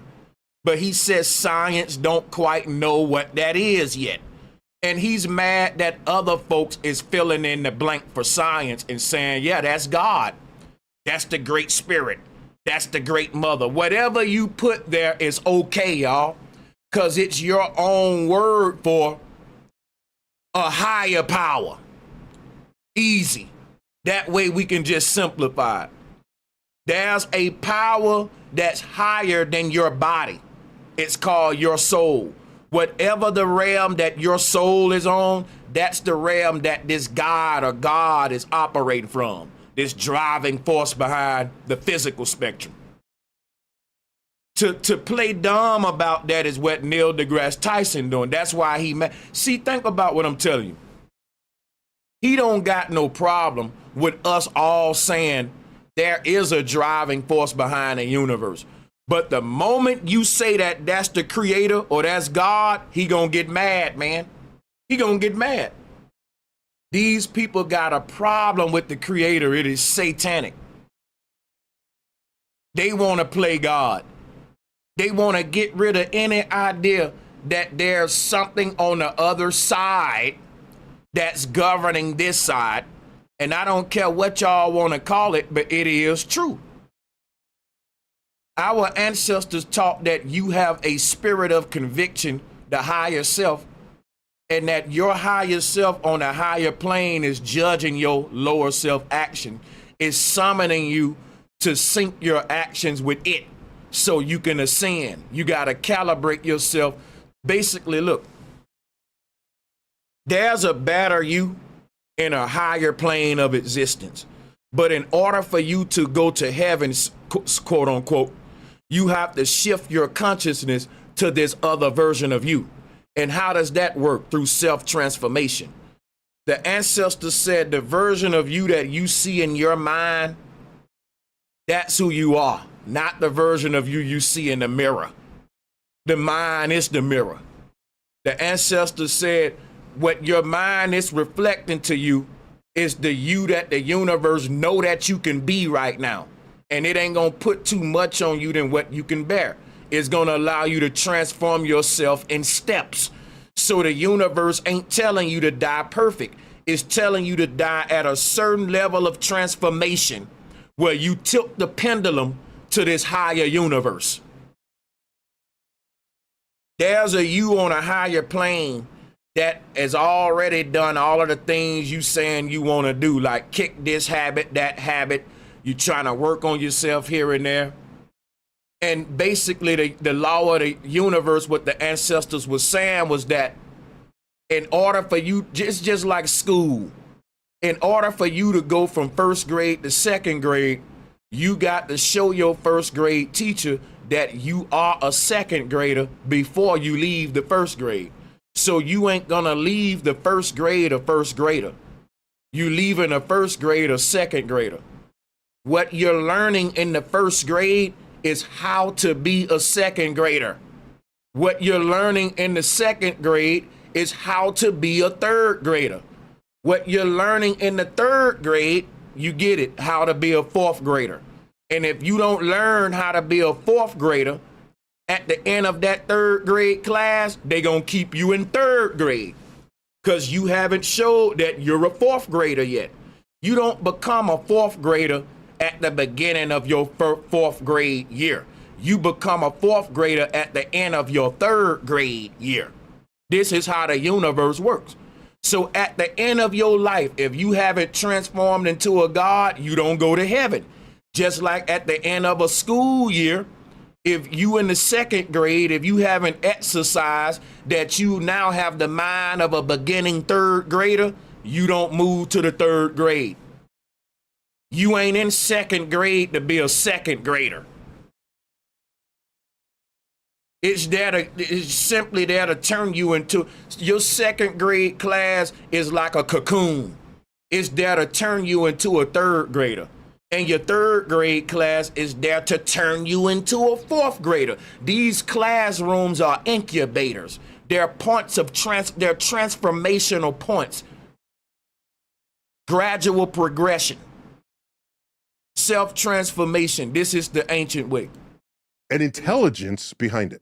The intelligent design people. So in that case, they're not looking. So like I said, all of this stuff was lost. They took away the system that made us want to work on ourselves, be better people. And it's because they making everyone deny that there's any kind of need to have a moral code. Because the need for a moral code is built in the idea of intelligent design. Once we realize that there are layers of reality in higher realms, and yes, we're not the end all be all. We ain't the smartest as humans. That there is a spiritual realm, and that the people in that realm are smarter than us. That is the realm of the gods. But see, the whole thing is this. Science deny that you even got a spirit. They deny life after death. They deny the creator. They deny anything other than what we can see, touch, and all that. And everything got to be based on physics, dealing with so-called physicality. And they want to tell you, well, we haven't found the creator yet. We looking up under rocks and shit. We swimming down in the ocean looking for God, Sanchez, and we can't find him, so he don't exist. There is no creator. We know that there's a driving force behind creation, but we don't know if there's a creator. That's the games that science play. And they say, well, we don't know. It's because we can't find them. But you'll find them. If our whole science is based upon physics, you will never find said creator. You will never understand dark matter, dark energy, because those are code words for the unseen realm and the energy that govern that unseen world. Shout out to Ironwork. He said, and this is why making a choice based upon what is true is so important. That's facts, man. Hey, shout out to my brother Thug Rob as well. Salutes to you, Thug Rob, and to Hydrogen. Appreciate all of y'all, man. I'm going to open up the call line in a minute. I want to break this down. They double talk, man. They double talk.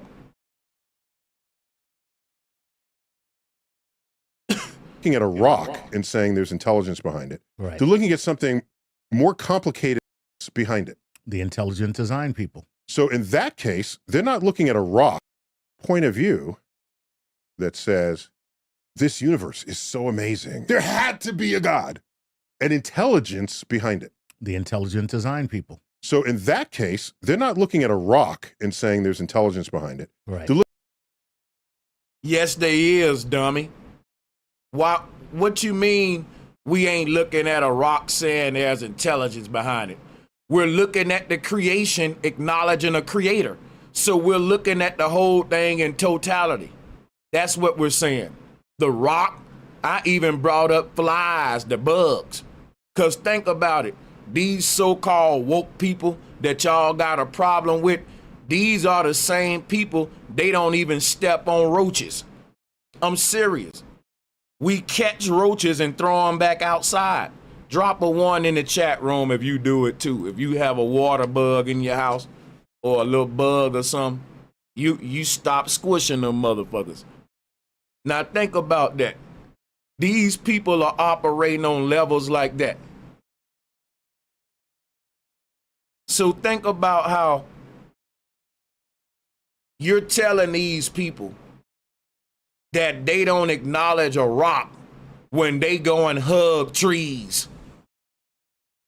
You're painting a narrative about these people that ain't true, and Neil deGrasse Tyson do that a lot. He's so disingenuous and deceptive.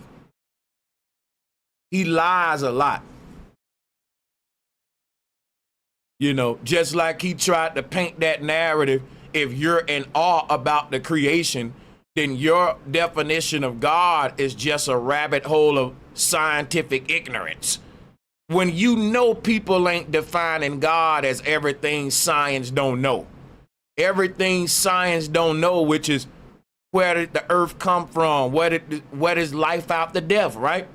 What is the driving force behind creation? What's doing that? People don't try to use the scientific method to figure that out. Some people are cool with the idea that they may die not knowing it all, but to deny that there's something greater is just damn stupid. That's egotistical. That's saying if I can't know it all, ain't no God. If I can't find God under a microscope with a telescope, I looked up under this rock for God, he wasn't there. We still looking for God. We got about 10 million more caves to check in. Because remember, they physically looking for God. They're using physics now. When we all agree God is an unseen, invisible spirit that's governing the seen world, but he's trying to trap us into this limited mind of physics, right? And everyone ain't dumb like that. Some people know that you got too much ego if you just think you're gonna know every goddamn thing before you die. And some people are saying, look, I may not die knowing everything, But I ain't gonna deny that there's something greater out there that's greater than me and all of us. That's right. That's behind reality, and you can call it what you want. But you gotta be stupid to deny it. So that's what he's doing. He's saying we got to deny it until we figure it out. And some people are saying, well, I don't got to figure it out to know that something dope as hell that's very divine did it, man. Okay, there's something out there that's responsible for this universe. Point blank, period. Well, you can't really say that just because you're misunderstanding or you may be in awe about something. Yes, I can. Yes, I can. You most definitely can. You can look around you and say, you know what? This world is intricately built. Look at the sun. Look at the moon, how it operates. Look at this flower that's growing right here. You can look around at this world and say, man, something intelligent, an intelligent creator designed this place. A designer. Yeah, this thing got a designer. They don't like that, y'all. They get mad at you for that. They get mad at you. They ain't got no problem with you bragging on how intricately things are designed here. They'll even help you out. And they'll say, isn't that awesome? Yeah, man, look at the way a jellyfish is made. And look at how many cells are in a damn apple. You know, they're scientists, so they're going to act like they're fascinated with you. Yeah, isn't that awesome? And the moment you go to the next level and say, you know what? Whatever created this place is intelligent. Wait a minute now. Wait, don't you say that again. We can't prove that something created this place or that it was intelligently created. But isn't this apple awesome? Look at how many cells is in this peacher. Look at how many cells is in this damn zebra. Ooh, look at the mycelium network, right? Because they're scientists.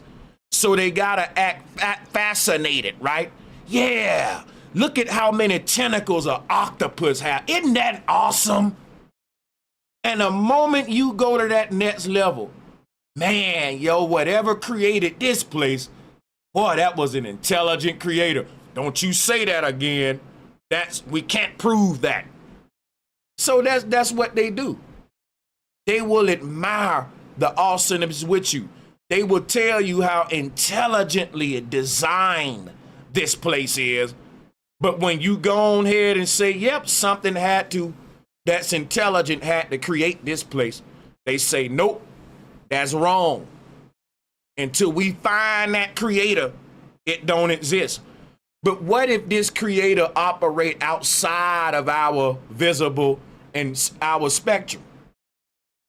Think about it. What if the creator behind the physical world is operating beyond the realm of physicality in a whole nother layer of reality that governs this reality, right? This is what the ancestors taught. They even call the creator in some cultures the hidden one because they knew you can detect this driving force, but you can't see it. We just can't see it visually. We can feel it because its energy is all around us. But energy can be felt, but it ain't seen. And that's really all of our goal. That's when you master your energy. When people can feel you, but you can't see me. The Pac song, you can't see me though. So true power operate in the shadows. You can feel it, but you never can see it to even make it to the source that's creating your problems. That's true power. When everyone in the world feel the effect of your power, but they don't even know where it's coming from. Right? That's the law of the universe. That's how the universe rules. This energy that lays at the core of creation, the driving force of life. You can't see it, but you can feel it. It's there. letting everyone know it's there, but it ain't letting you see it with your physical eyes. And because physics can't pick it up, they can't touch it, they can't dissect it, then it can't be real to them, because we can't do an experiment to prove it. Tell me that ain't stupid. That's blasphemous. That's so blasphemous, because the creator of the universe is letting itself be known through the creation itself. You see what I'm saying?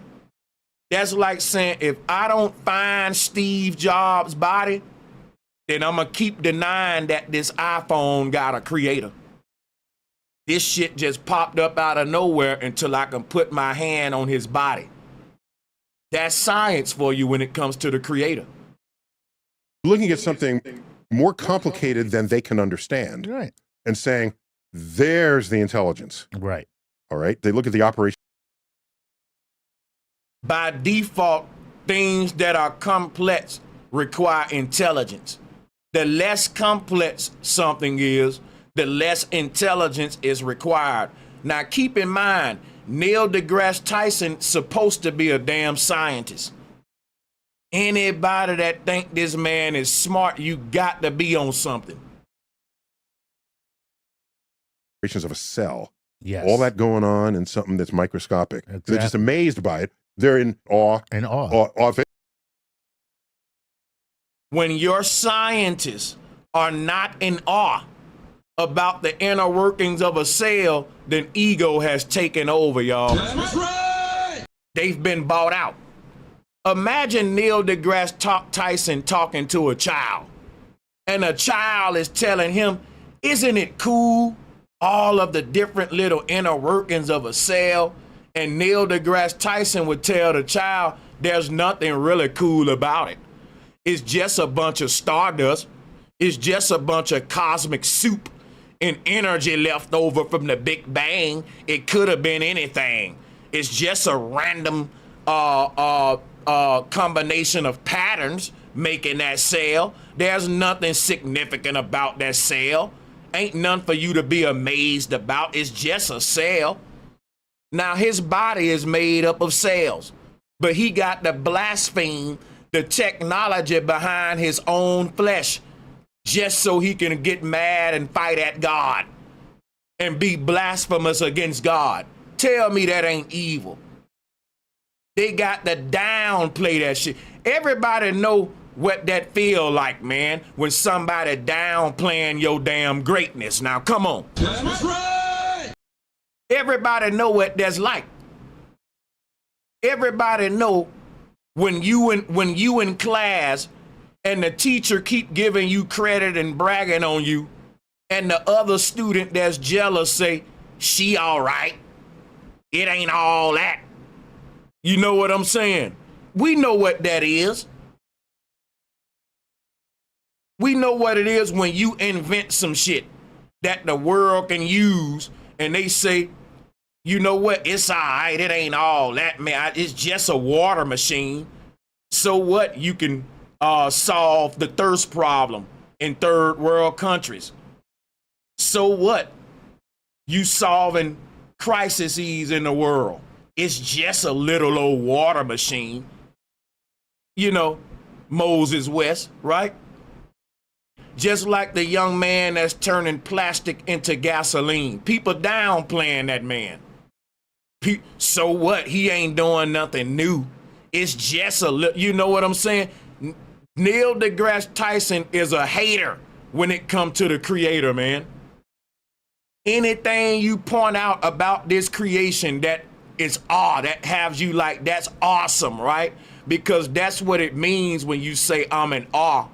You saying to be in awe about something means that that thing is awesome. Awesome, right? And that's all people saying is that I'm in awe, and whatever designed this thing is awesome. But they don't want to deny that. They got a problem with you having that experience. That's awakening. They don't want people waking up. It's crazy because when you say awakening, you got to say ah. When you say awake, A-W, ah. Because when you waking up, you have a lot of awe moments where you're like, oh man, that's crazy. Right? Just telling you, I'm just saying, they're battling against that whole spiritual awakening that's in us. But that spirit is unseen. Physics don't know what to do with it. So they just gotta deny it. It ain't that they just denying the creator. They're denying that your soul exists. They denying life after death. And the only person that'll do that is a person that sold a soul. Like, this part of us is the only thing we keep when the body die. The ancestors said it's the most valuable thing you got is your soul. And they don't even want to acknowledge it. That's like a dude that's seeing you in a nice car. He see you with a nice necklace on and he look the other way because he got to now give you props that you that nigga. That's hating, man. And the only way you'll do that is if you ain't got that shit. So that's why I said these people must don't got a soul.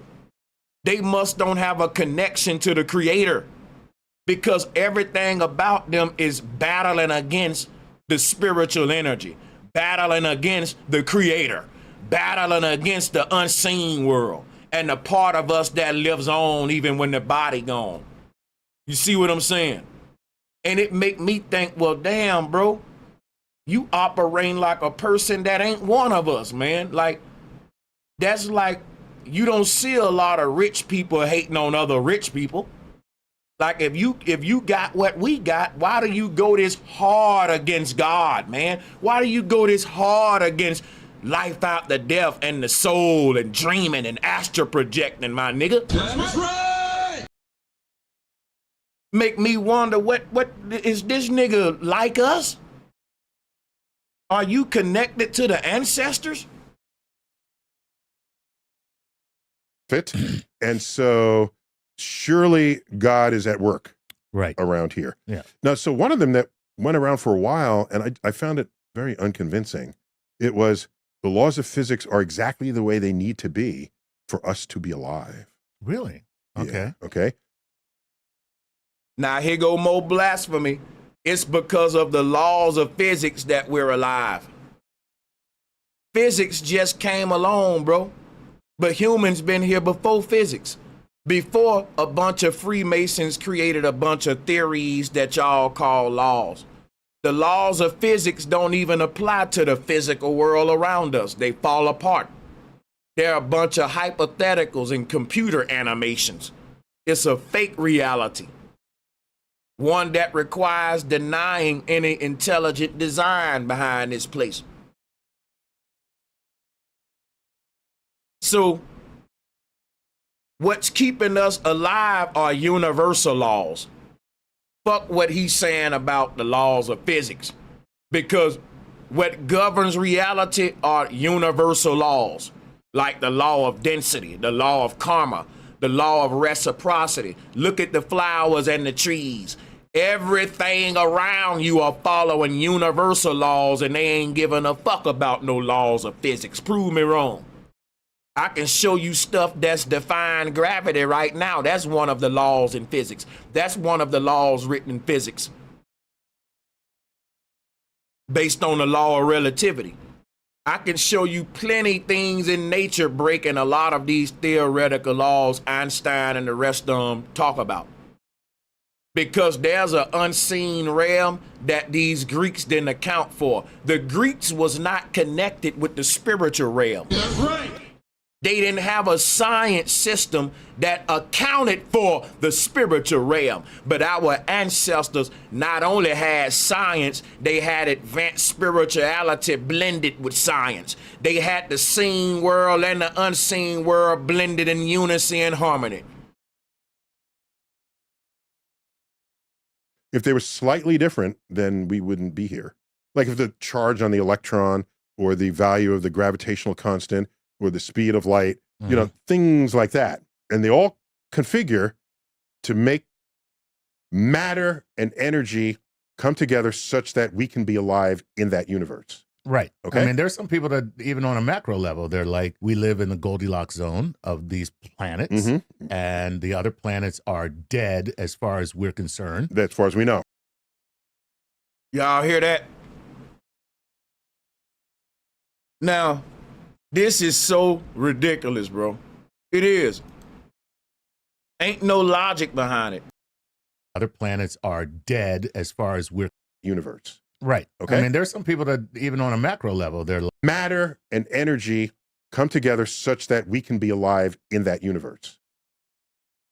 So basically what Neil deGrasse Tyson saying, if it wasn't for the laws of physics, we won't exist. The speed of light, a bunch of data. They will say anything to acknowledge an intelligent designer. They do not want to acknowledge an intelligent designer. He rather say it was a bunch of laws, and because of those laws, life formed. My thing is, if these laws had to come about for life to be formed, who made them laws? Okay, so if you don't want to see, Neil deGrasse Tyson can't debate a nigga like me, because you can't deny the creator. You can't hide the source, bro. You say, okay, there is no creator, Sanchez. It was just a bunch of laws that created the universe. Who was the lawmaker, nigga? Who was the lawmaker? Who was the lawmaker? Laws just don't pop up. See, everything about these people, they need shit to just pop up out of nowhere. And once that shit pop up out of nowhere, they can start saying this shit evolved to this shit and this shit evolved to that shit. But you gotta go to the root of it, which is, wait a minute, where that first shit come from? Then something have to create that first thing. No, we can't prove that there's an intelligent designer. But wait a minute, where did the Big Bang come from? Well, it came from some laws. Well, who created them laws? They need something to pop up out of thin air. In this case, the laws. So evidently, those laws didn't always exist if life had to form after the laws. So whoever this lawmaker was would be the creator, the one that created the laws that created the universe, but they don't want to talk about a source and a point for us to go to as a source of consciousness behind creation. Because then we're going to go down the ancient rabbit hole and you're going to think yourself up out and see what they've been hiding, which is that we're in a simulation. And the source behind creation is you sleep in another world, just like dreaming. They don't want to have that conversation because then we got to talk about waking up now. Oh, you mean to tell me that the source behind his whole life is me sleep in another realm? Yes, the Mayans said this is an illusion and that death is awakening. So now we got to rewrite the whole religious books, the science books, and all that to account for the fact that we're in an elusive world that is a copy of a real thing. All of the ancients taught this, bro. This is the great knowledge they hide. And why would you hide that? Because you want to keep people asleep, just like in the Matrix. You want to keep them stuck in the illusion. There's nothing to see out there. Stars are just explosions of gas. They don't got nothing to do with you. Astrology is fucking crazy. The ancients were slow and stupid. Dreams is just your mind playing tricks on you. Ain't no life after death. You don't have a soul. We can't prove that you got a soul. We know that there's a driving force behind the universe, but we can't call it God. We got to call it everything but an intelligent designer. And I'm not going to play them games with them people. Y'all can play them games with these folks. That's some serious denial. That kind of denial is psychotic, bro.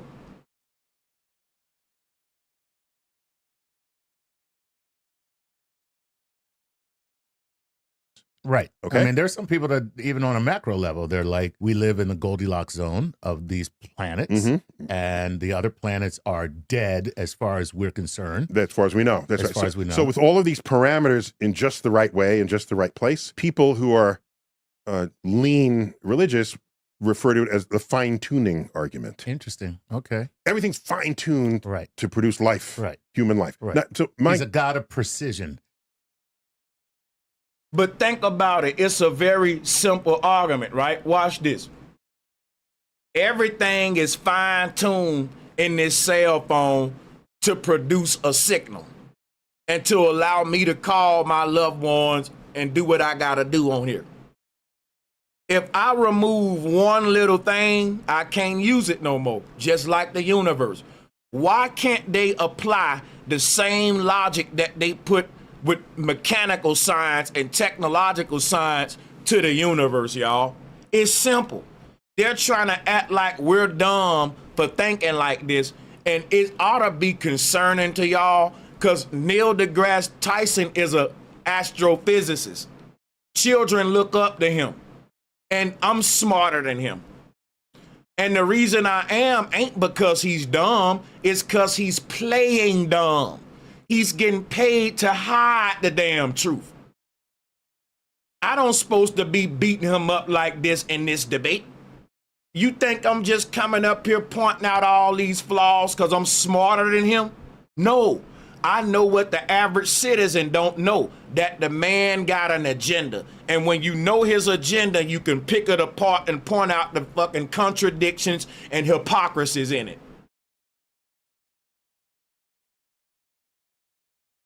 That has placed things in this perfect configuration, kind of synchronicity. Yes, that okay. all the gears mesh and everything works so that we get life. and we pop out. Exactly. Right. I don't argue the fact that we have constants of nature that if they were slightly different, we wouldn't be here. I don't have an argument against that. I mean, that's... But my argument, however, is if whoever created the universe, if there's such an entity that did, why make a universe where we didn't show up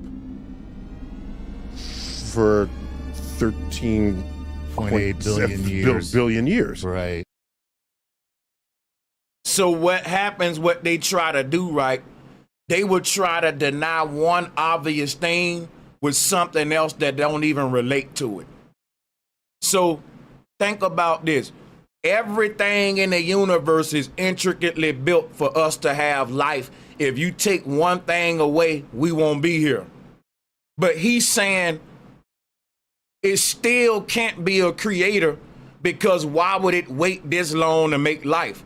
Now, guess what? We can't prove how old life is. You see, he's taking something that we can prove and throwing it in the garbage with some we can't prove. That's a trick what the devil do all the time.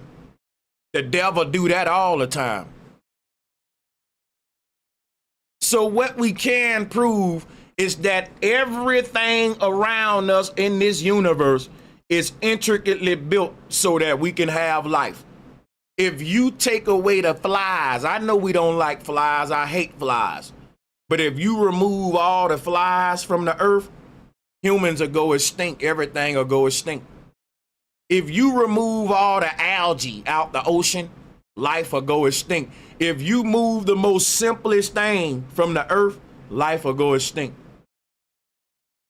If you get rid of all the bees right now, everything else will die. Everything needs everything. It's like I just said, if I take the battery out my phone, it won't work. If I take the screen off of here, it won't work. Everything, every part of this phone needs the other part for this thing to function.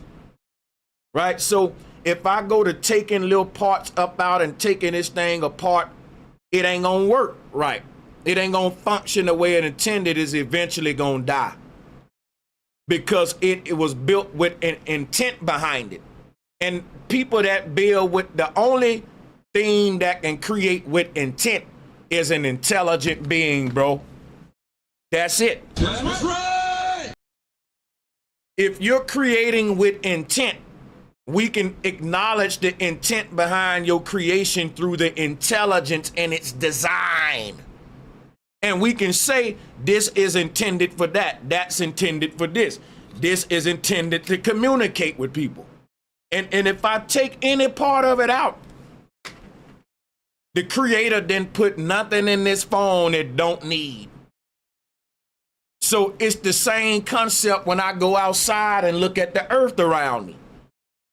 Duh, like you're a scientist, bro, and you can take this same logic with everything around you. I don't get how science could think like this mechanically and technologically, but not cosmically, not universally. Put some respect on a creator name. Y'all will give props to Steve Jobs for making a cell phone, but then a hate on a creator when I tell you how beautiful it is that he made a kidney. He made a liver. Your brain, look at how everything, and you may say, and the thing about this thing, I'm not even dealing with whether you like this earth, whether you don't like it. I'm dealing with the fact that I do be in awe about how intelligently the place is designed. I'm not gonna stay here, but I'm not gonna deny the fact that this was created for me to activate the greatness within me. This place has its purpose. It's an incubator. It's here to transform you to your greater version by using whatever experience you need to go through. But, you know, he's pointing out this thing where, why would the creator make life so late? We can't prove that. For all we know, it ain't even no beginning to time. We can't prove none of that. We just was born a couple years ago, and you talking about 14 billion years. And he's so egotistical, they act like science know everything. They know what was happening 15 billion years ago, but they can't tell you the force behind the universe. Think about that. Think about that. That man just admitted science know that there's a driving force behind the universe, but they can't tell you what that force is yet. But yet they know what was happening 15 billion years ago, and they don't know who or what the force is behind the very life that they enjoying. That's creating the food they eating. The force that's bringing them a new day tomorrow. The force that created their organs and their children. Right? They don't know nothing about that. But hey, we know what was happening 15 billion years ago, and we can tell you what's happening on the edges of space light years away. But we don't know the force behind a baby being born yet. We trying to figure that out, Sanchez. We can't tell you the identity of the force behind that baby that was just born and the beautiful force behind life, Sanchez. But we can tell you what was happening 15 billion years ago. You ready for it? I'm good, my nigga. How you ain't figured out the most fundamental force behind your own damn existence, but you telling me some history 15 billion years ago? Got to be a fool. Not only that, Earth was not born until the universe was already 8-9 billion years old. Right. And then life begins, single-celled organisms. Is this the god of that life? Okay. But that was 3.8 billion years ago. Humans in our current form last, 100,000 years or so, go to a million years, which is a drop in the bucket relative to the 4 billion. For the 4 billion. Billion. Yeah. Right. Millions, but to billions? Right. That's, okay. It seems like if you really wanted to make a universe that favored us, we would have shown up much earlier. Sooner. So even though everything around us is so perfectly engineered and everything need everything, Neil deGrasse Tyson is gonna ignore all that with an argument we can't even prove. Why would everything be tailored for us if we just showed up a few years ago? Well, we can't prove that. What we can prove is everything in our reality need everything, and it's intelligently designed and it's intricately designed. So how they get us to ignore the facts is with a theory. No one was around billions of years ago. So we supposed to go with that and ignore the obvious facts that, bro, look at the world around us.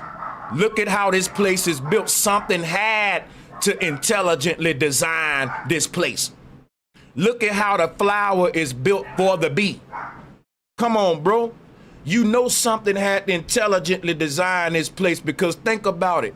You got insects, you got birds, their beak is perfectly made for the flower that they're going to eat from. You see what I'm saying? Something engineered this thing. Think about a man. His sex organ is tailored to fit the female sex organ perfectly, like a puzzle piece. You don't get this kind of stuff from a damn mistake. Come on, man. You don't get a goddamn intestine system from a Big Bang. You don't get, look at just the sea life alone. We can talk about marine life alone and the coral reef system. These are intricate systems that require everything in the system to play its part. And if you remove the most little bitty thing from the system, it all fall apart. Just like if I take just the smallest part out of this cell phone, because I think, oh, it don't need this little piece, boop, now my phone ain't working. The creator didn't put nothing in here it don't need. But they gotta act like it's just random shit that just popped up from a Big Bang, and technically you can take that away and it'll be fine. We'll be fine. But see, Neil deGrasse Tyson ain't making that argument. He's saying, you're right. Everything is intricately built.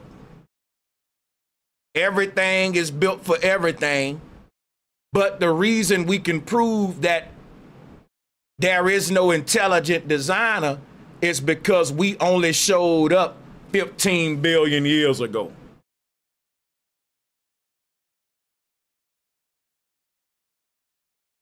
Again, let's go back to my car analogy. The Model T Ford.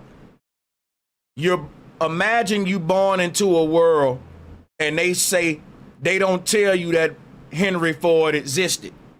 Everybody driving Model T Fords.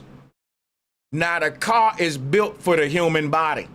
The seat is built for your butt to sit there and for your legs, if you're a human being and not an octopus, to punch the gas pedal and brake. Imagine me trying to convince you that the car just popped up out of thin air. It's a random thing that just came together that way. But everything about the car is engineered for a human to sit in it and drive it. The steering wheel got handprints that's made for your 5 hands. You know, the little ridges on your steering wheel? It got a mirror right here for your human eyes to look behind. So we know that the car is made for a human experience. But somebody tell you, how do we know these cars were made and tailored for humans?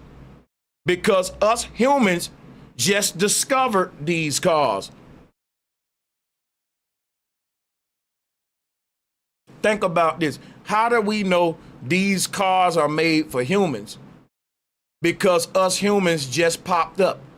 Now, let's say we're in a post-world apocalypse and there's some new humans born on Earth and they don't know what cars are. They born into a world where their ancestors died and the knowledge of what happened is wiped out. And they start driving the cars and they ask questions like, I wonder who made these cars? And the new humans be like, Well, maybe the cars just come with the earth like everything else, like the trees and stuff. They have debates like that, right? And some wise guys say, no, these cars are intelligently designed by some kind of intelligent creator or manufacturer, because look at how the parts connect. Look at how the seat is made for the human, and boom, right? That's what we're saying. The earth is literally created to cater for the human experience. Everything down from flowers to waterfalls, mountains. Why do you feel that way in nature and that kind of scenery? Why did that seem beautiful to you? Something wanted to create an experience, and that was a good experience for the thing it put within this space. The people who giving us a bad experience are the ones that's denying all these facts so that they can have excuses to terraform the earth and control everybody and you know, come with the whole New World Order agenda. But in order for man to play God, he got to deny God. And that's what's going on here. And the thing is, like, for him to deny that this place is intelligently designed just because some theory about humans popping up later is stupid. It's even when he through speaking, we still gonna look around us and say, bro, if you take away anything out this environment, we all will die. Everything about this experience, how this thing need that thing and this thing need that thing. Just saying. It is intricately built. These different creatures and organisms. We can debate about who their creators are, if their creators are divine or not. But to act like life on Earth just is a random pop-up, and that our experience on Earth as humans is just a result of randomness, it's like you're not really a scientist. You're a minister for the Church of Satan at this point. You're not honest enough to science right because you gotta deny the obvious. You ain't really looking for truth. You pushing an agenda. So it's very crazy, man. You know, in order for them to push this agenda, they have to downplay the intricacies in nature. For example, when he was explaining the complexity of a cell, and he was like, you know, people look at, how many parts are in the cell, almost like he's mocking it. Like, the creator made a cell so intricate. So you think it's a god, because it's almost, it just gives me Satan vibes. Nigga, like Satan trying to influence you with some shit or something. He's so jealous that the cell is intricate. He wished that the cell wasn't complicated. You see how evil it is? Like, if a child point at a centipede and say, wow, Dad, I wonder if God made the centipede have a lot of legs, why God gave it a lot of, there is no God, right? Children gonna look at the creator and be in awe. They gonna flip over rocks. They gonna play with roly-polies. And the first thing in their young mind they gonna connect with is the driving force behind creation, the force behind nature. That's what they're connecting with. The creator speaks to us through the creation. When you become one with nature, you will be able to crack the code. So the whole thing is like Children are in awe about ants, about animals and all that. And what they want to do is disconnect that experience, disconnect the child from that experience and make them be on the phones with the technology and stuff, because they want our sense of awe to be directed toward man and his technological empire, gadgets and mechanisms that man is making. Like I was saying, in science, we give a lot of credit to engineers and manufacturers of technology, but at the same time in science, they look at the world around them and the fool say in his heart, there is no God. And you got to understand too what I'm saying. When I say there is no God, I'm saying there is no savior. They turned God into a Messiah. And I'm saying there is nothing up there that's gonna come save us from our enemy. We all we got. That's right. So I'm anti-Sky Daddy. But I know that there's a force behind creation. And we can debate that. But not if you see, science don't want to debate that. They want to say, yes, there's a driving force behind the universe, but we don't know what it is. And until we figure it out, y'all are wrong for calling it God or whatever you calling it. And at the same time, science don't want to figure it out. They just want to control the narrative and end the investigation on the force behind creation. And how they end that conversation is by saying that's our job. That's science's job to find God for you. And right there, they just tricked you, because it was never science's job to be your spiritual guide. You ever thought about that? They're literally taking the role of a spiritual guide. And they're saying you can't find God by yourself. Until science find God for the world, there is no God. And guess what? Science gonna take forever to find God, because they hit them. They denying God on purpose. You see the game? Think about this, right? Let's say all of us lived in a house. And we heard, let's say that we rented an Airbnb. And we heard that what come with the Airbnb is a firearm so we can protect the house, right?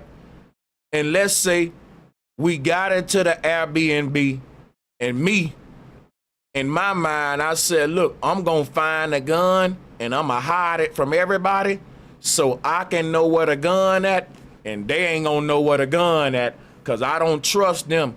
And if anything pop off, I want to know where the gun at, but I don't want them to know, right? So boom, we go in the Airbnb. I find a gun and I hide it. Now all of them are looking for the gun, right? And I'm acting like I'm looking with them. That's what science doing. Everybody looking for the source behind creation, and science is saying, we're trying to help you find it. But science ain't telling us they hid it all along. They hid God from us from the get-go in our indoctrination and in physics, our understanding of reality. They saying we all looking for God.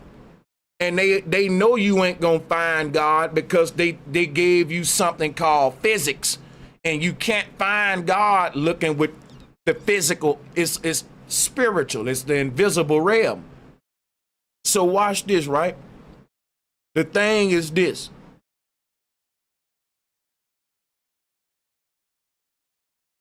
The moment you say, I know where the gun at, I found the gun, or I think I know where it's at, guess what the person that hid the gun would do? They would say, man, why y'all even worried about the gun? Don't worry about that. I'm gonna find it. I'll find it. I'm looking for it. We got people on it. But let's talk about this over here. This is what Neil deGrasse Tyson doing. They hid God. And the people that's looking for God, when they find God in the gaps, like what he said, guess what Neil deGrasse Tyson said? Oh, well, you found God in the gaps. We found God everywhere. That's like, that's crazy, because it's like they the ones hid the creator.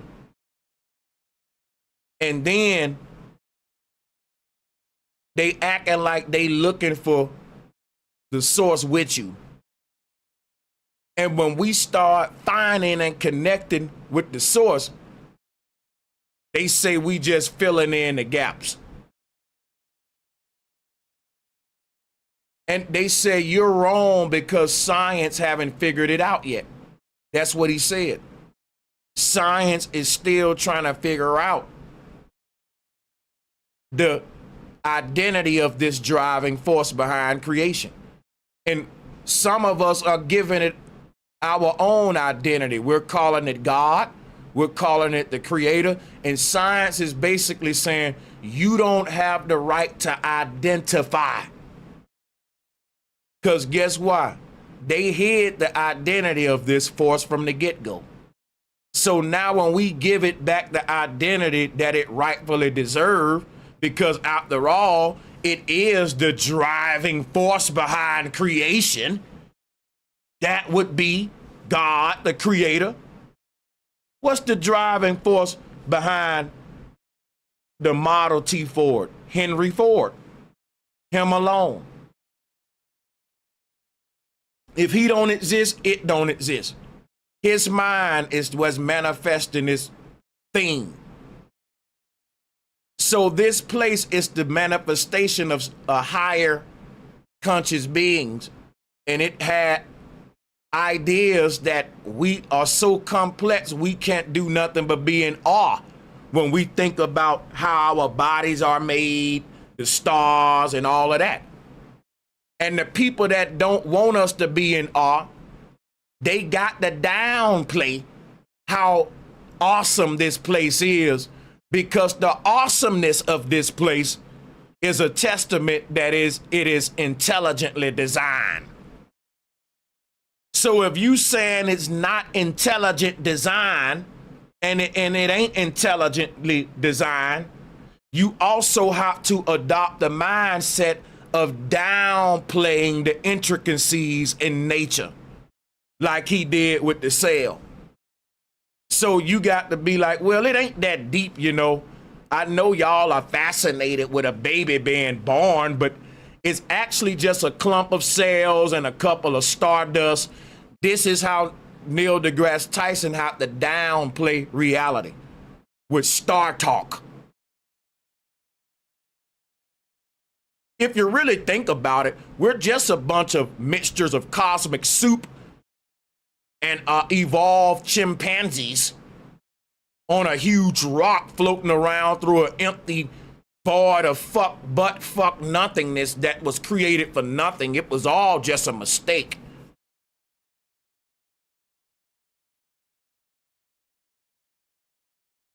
And so anyone that looks around at the world and say, no, that's bull crap. This place is intelligently designed.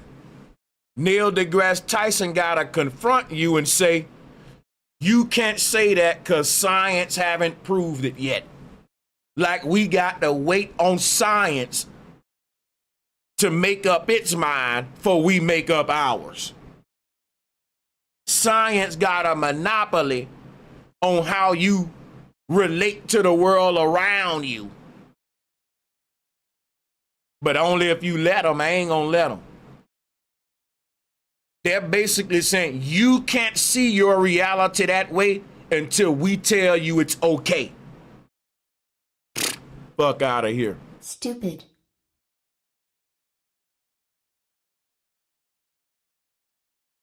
Shout out to CG. Been a member for 9 months. Says the celestial order remains. Ain't that the truth? Shout out to all of my channel members, man. Much earlier, I'm just thinking. Right. Just if But you now want the argument against that will be that there is no, because God exists outside of time and space, Mhm. that what we see as 13.8 billion years is not measured by God. Yeah. However, Now they shifted the conversation to time versus intelligence.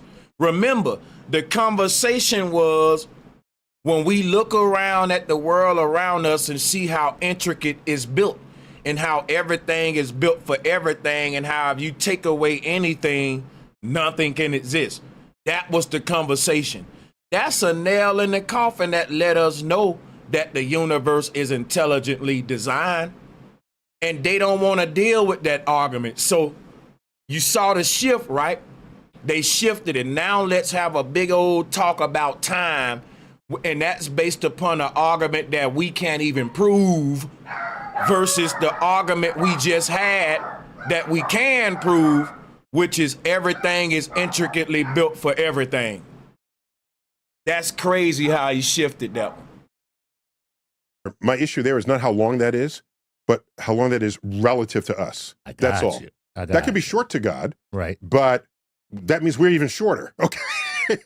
So it does not I see look what you're saying. it does not look like the universe cared much about us for most of its existence. Right. That's my only point there. I got you. Okay.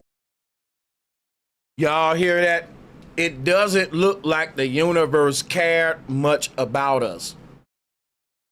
And for him to make that statement, he got to say, well, it didn't create us till later. You see what I'm saying? But we can't prove when we was created or when the universe was created. So he got to have an excuse to be blasphemous. And the excuse he give himself is just one that you can't overlook, that it's a nothing burger.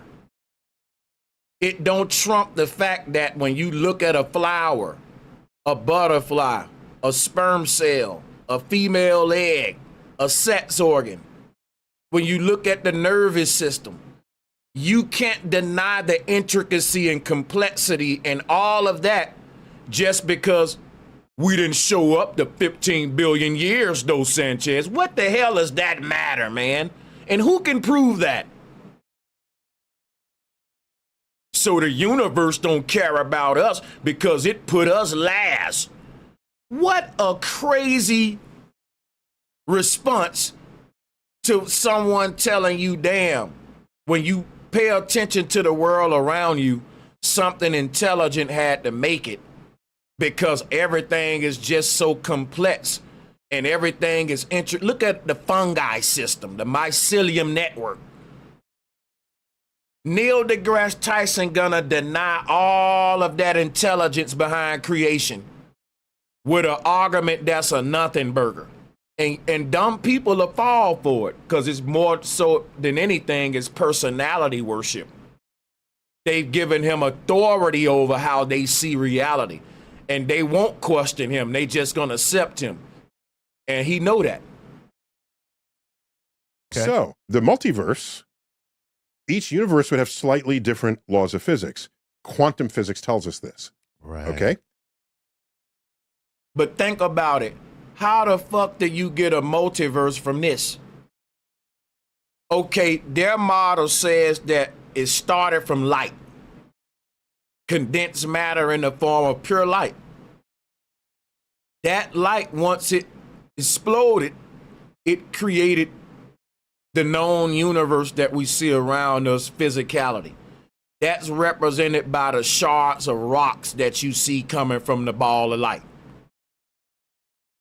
Now they tell us each one of these chunks of rocks is like a faraway galaxy and all that, with solar systems, with life on it, or that we yet to find. Remember how I'm just trying to show you how they double talk, because you don't see the double talk. They're saying we're on a little blue ball. We're the only life on in our solar system that's human. And we the only life, as far as we know, that may be out there for many light years. So in their model, they're saying, ain't no life out there. It's the emptiness of space. And that the only life is just on this little bitty blue rock. And it just so happened to be complex as hell. Everything else is just, everything was so right for this planet. People believe that crap. So they saying ain't nothing out there. A bunch of wastelands and exploding planets with toxic methane and shit. And then when they double talk, they say, well, those are parallel universes. You can't have them both, man.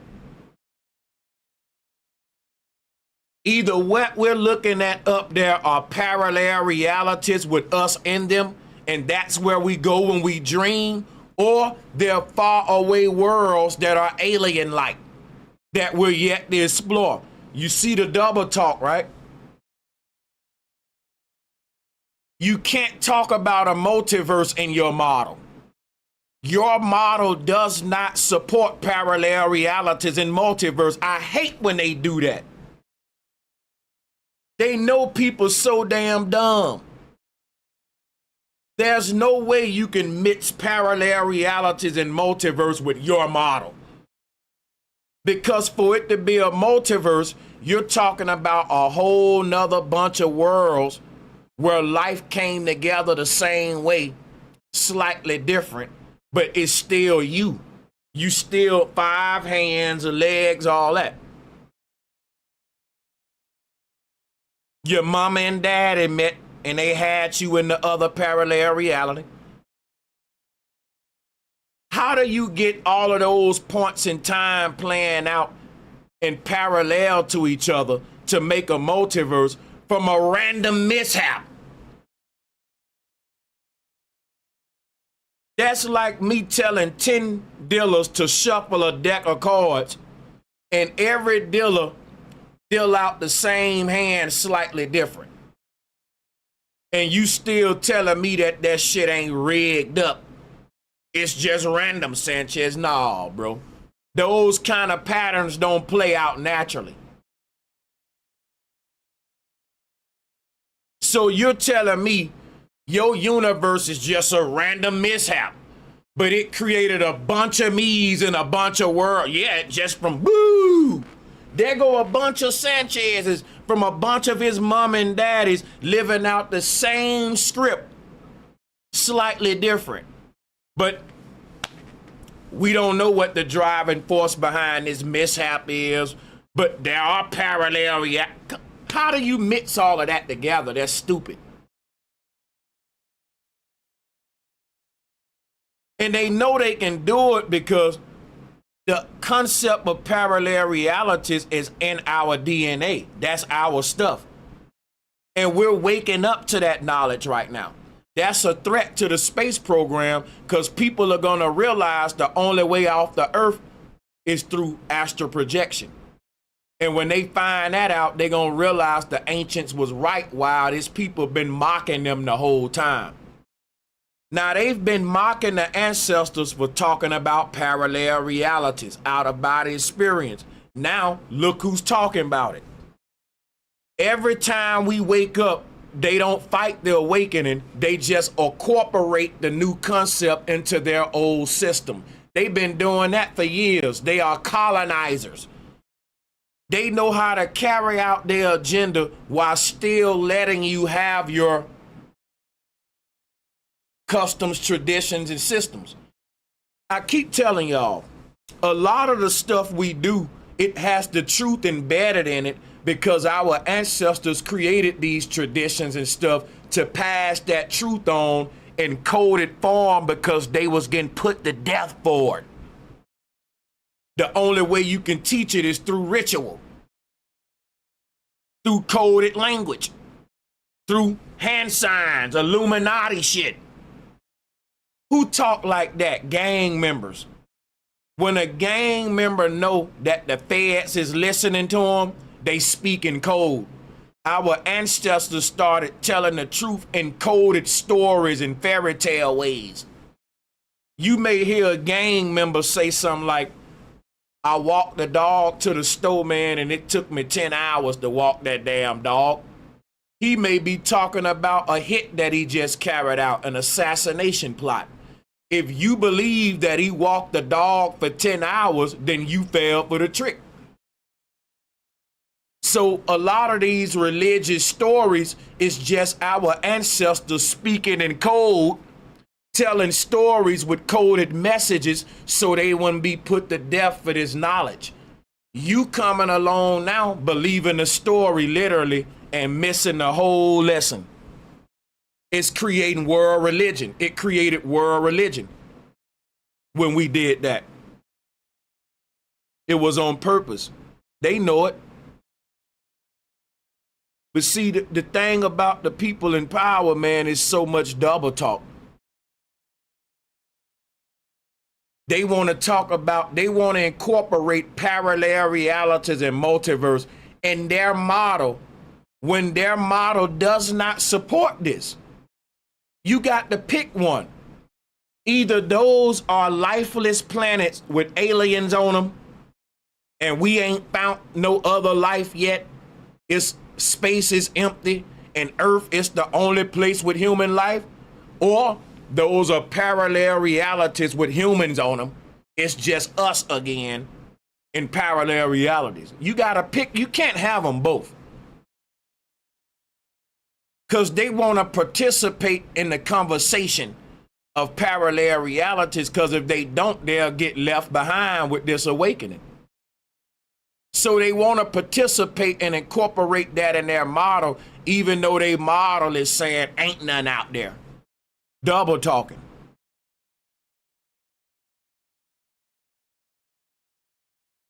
And in order for us to give them attention in this awakening age, they gotta participate in these higher level conversations that's contrary to their model.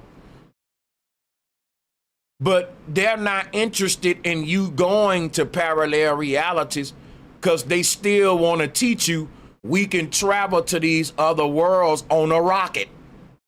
And I'm like, bro, if there's another me in a parallel reality, the only way I can visit it is with a consciousness shift, where I shift my consciousness into that body.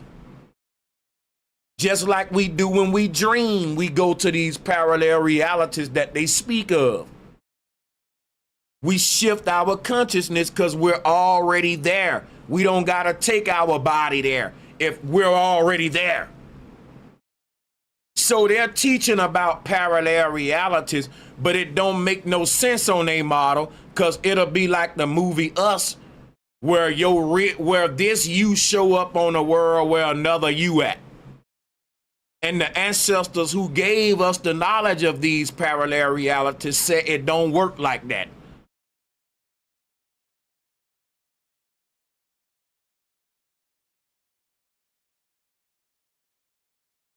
And would you exist in a universe where life could not exist?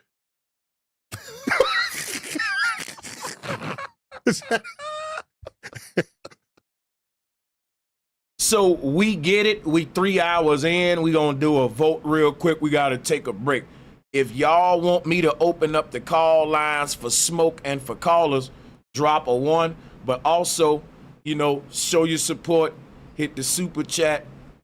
Hit the Cash App if you can. If not, no worries. Hit the like button. Appreciate y'all for tuning in. We will extend the show. I just looked up. We 3 hours in. But it's just a bunch of more blasphemous stuff, mocking the ancestors, pushing the sinister agenda of the elite. We get it. Brent James, can I get a mic check? Yeah, man, I'm just waiting on it. It's There you loading go. up right now. I can Okay. hear you. I can hear you loud and clear. Thanks for joining. right. Talk to the people. Hey, man, brother Sanchez, I want to let you know, you went in tonight with the bombs, man. With the stars appreciate and that. the portals, bro. You have really stepped your game up with your wisdom, man. Really. I appreciate really. that, Brent. Yeah, man. Yo, What he say? You deserve it. Sorry. Yo, Nah, but that's real stuff. See, I like that energy, man, because guess what, no brother? doubt. It let me know it ain't no hate, it ain't nothing but love, bro, because it ain't nothing but each one teach one. You got that right. Yo, but listen, you speaking the truth here, man. And the way that you doing it, because I don't like Tyson either, man. You know, he's a clown, yo, puppet. He's a liar. And you right with everything you said, man. You know, like in this, man, you know, the news and everything and all that, just like you said, all of it is just entertainment. Entertainment. Entertainment. And they just want our energy, attention. That's it. And once we stop giving them that and we start looking within, like you said, looking in with the knowledge of self, right? That's when the doors are open up. That's when these doors in the mind open up. And the way that you speak it, it's on a street level, which allows me to understand it crystal clear. You know, like, and I can run with your knowledge. I can run with it. I can apply it, brother, which I will. And man, hey, much respect. Much respect. It would be a struggle, man. And you just keep on giving your truth. No matter what, brother Sanchez. Brother Sanchez, my man. You doing all right, brother. Hell yeah. Keep shining, man. You keep shining. Nah, I appreciate that, man. For sure. No doubt. No doubt. All right, man. I'm out of here, man. Y'all be cool. All right, Peace. for sure, man. Hell yeah. Good energy. Appreciate that, All brother. day. One love. Yeah, so somebody said God is science and vice versa. Science is a system that man uses to understand reality. And God don't need a system to understand reality if God is the quote unquote source of reality. Why would God be science and the all-knowing? Science practices a methodology called a scientific method so it can figure shit out. This thing you calling God supposedly is the source behind creation. Why would it be scientific? Man would be scientific. We love to give our humanly attributes to the divine. We love to do that.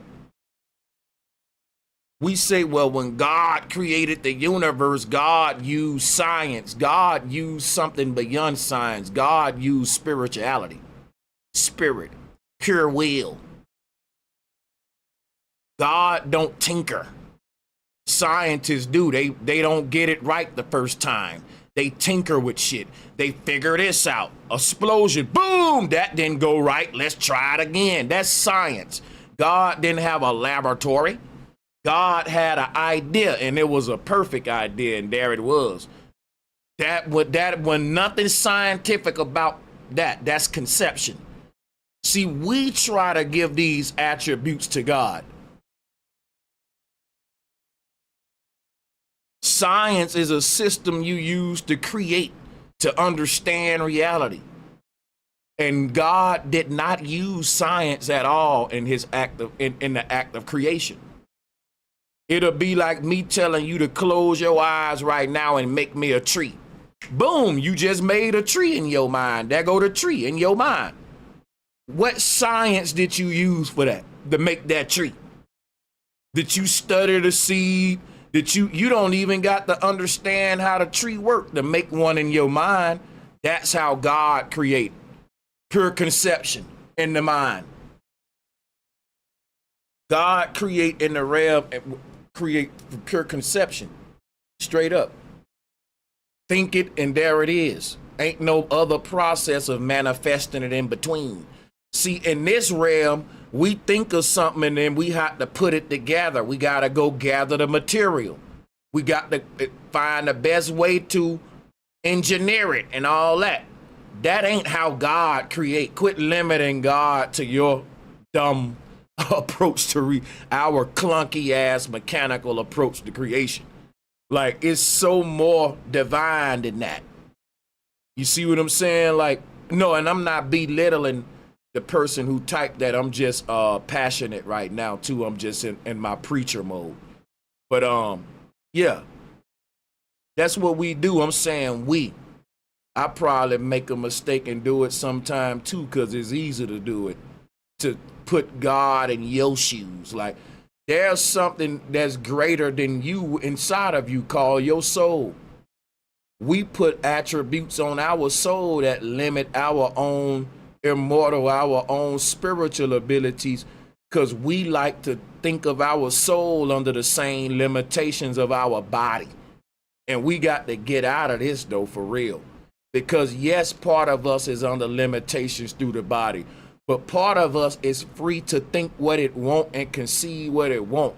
You can think of an idea tomorrow that can change your life and change the world. That's the part of you can't nobody mess with. Ain't nobody stopping you from tapping into that. They only stopping you from doing that because guess what? Through deception and indoctrination. The part of you that's a threat, we don't use it because we outsourcing all our power, our knowledge from these people. So we're not tapping into our own genius.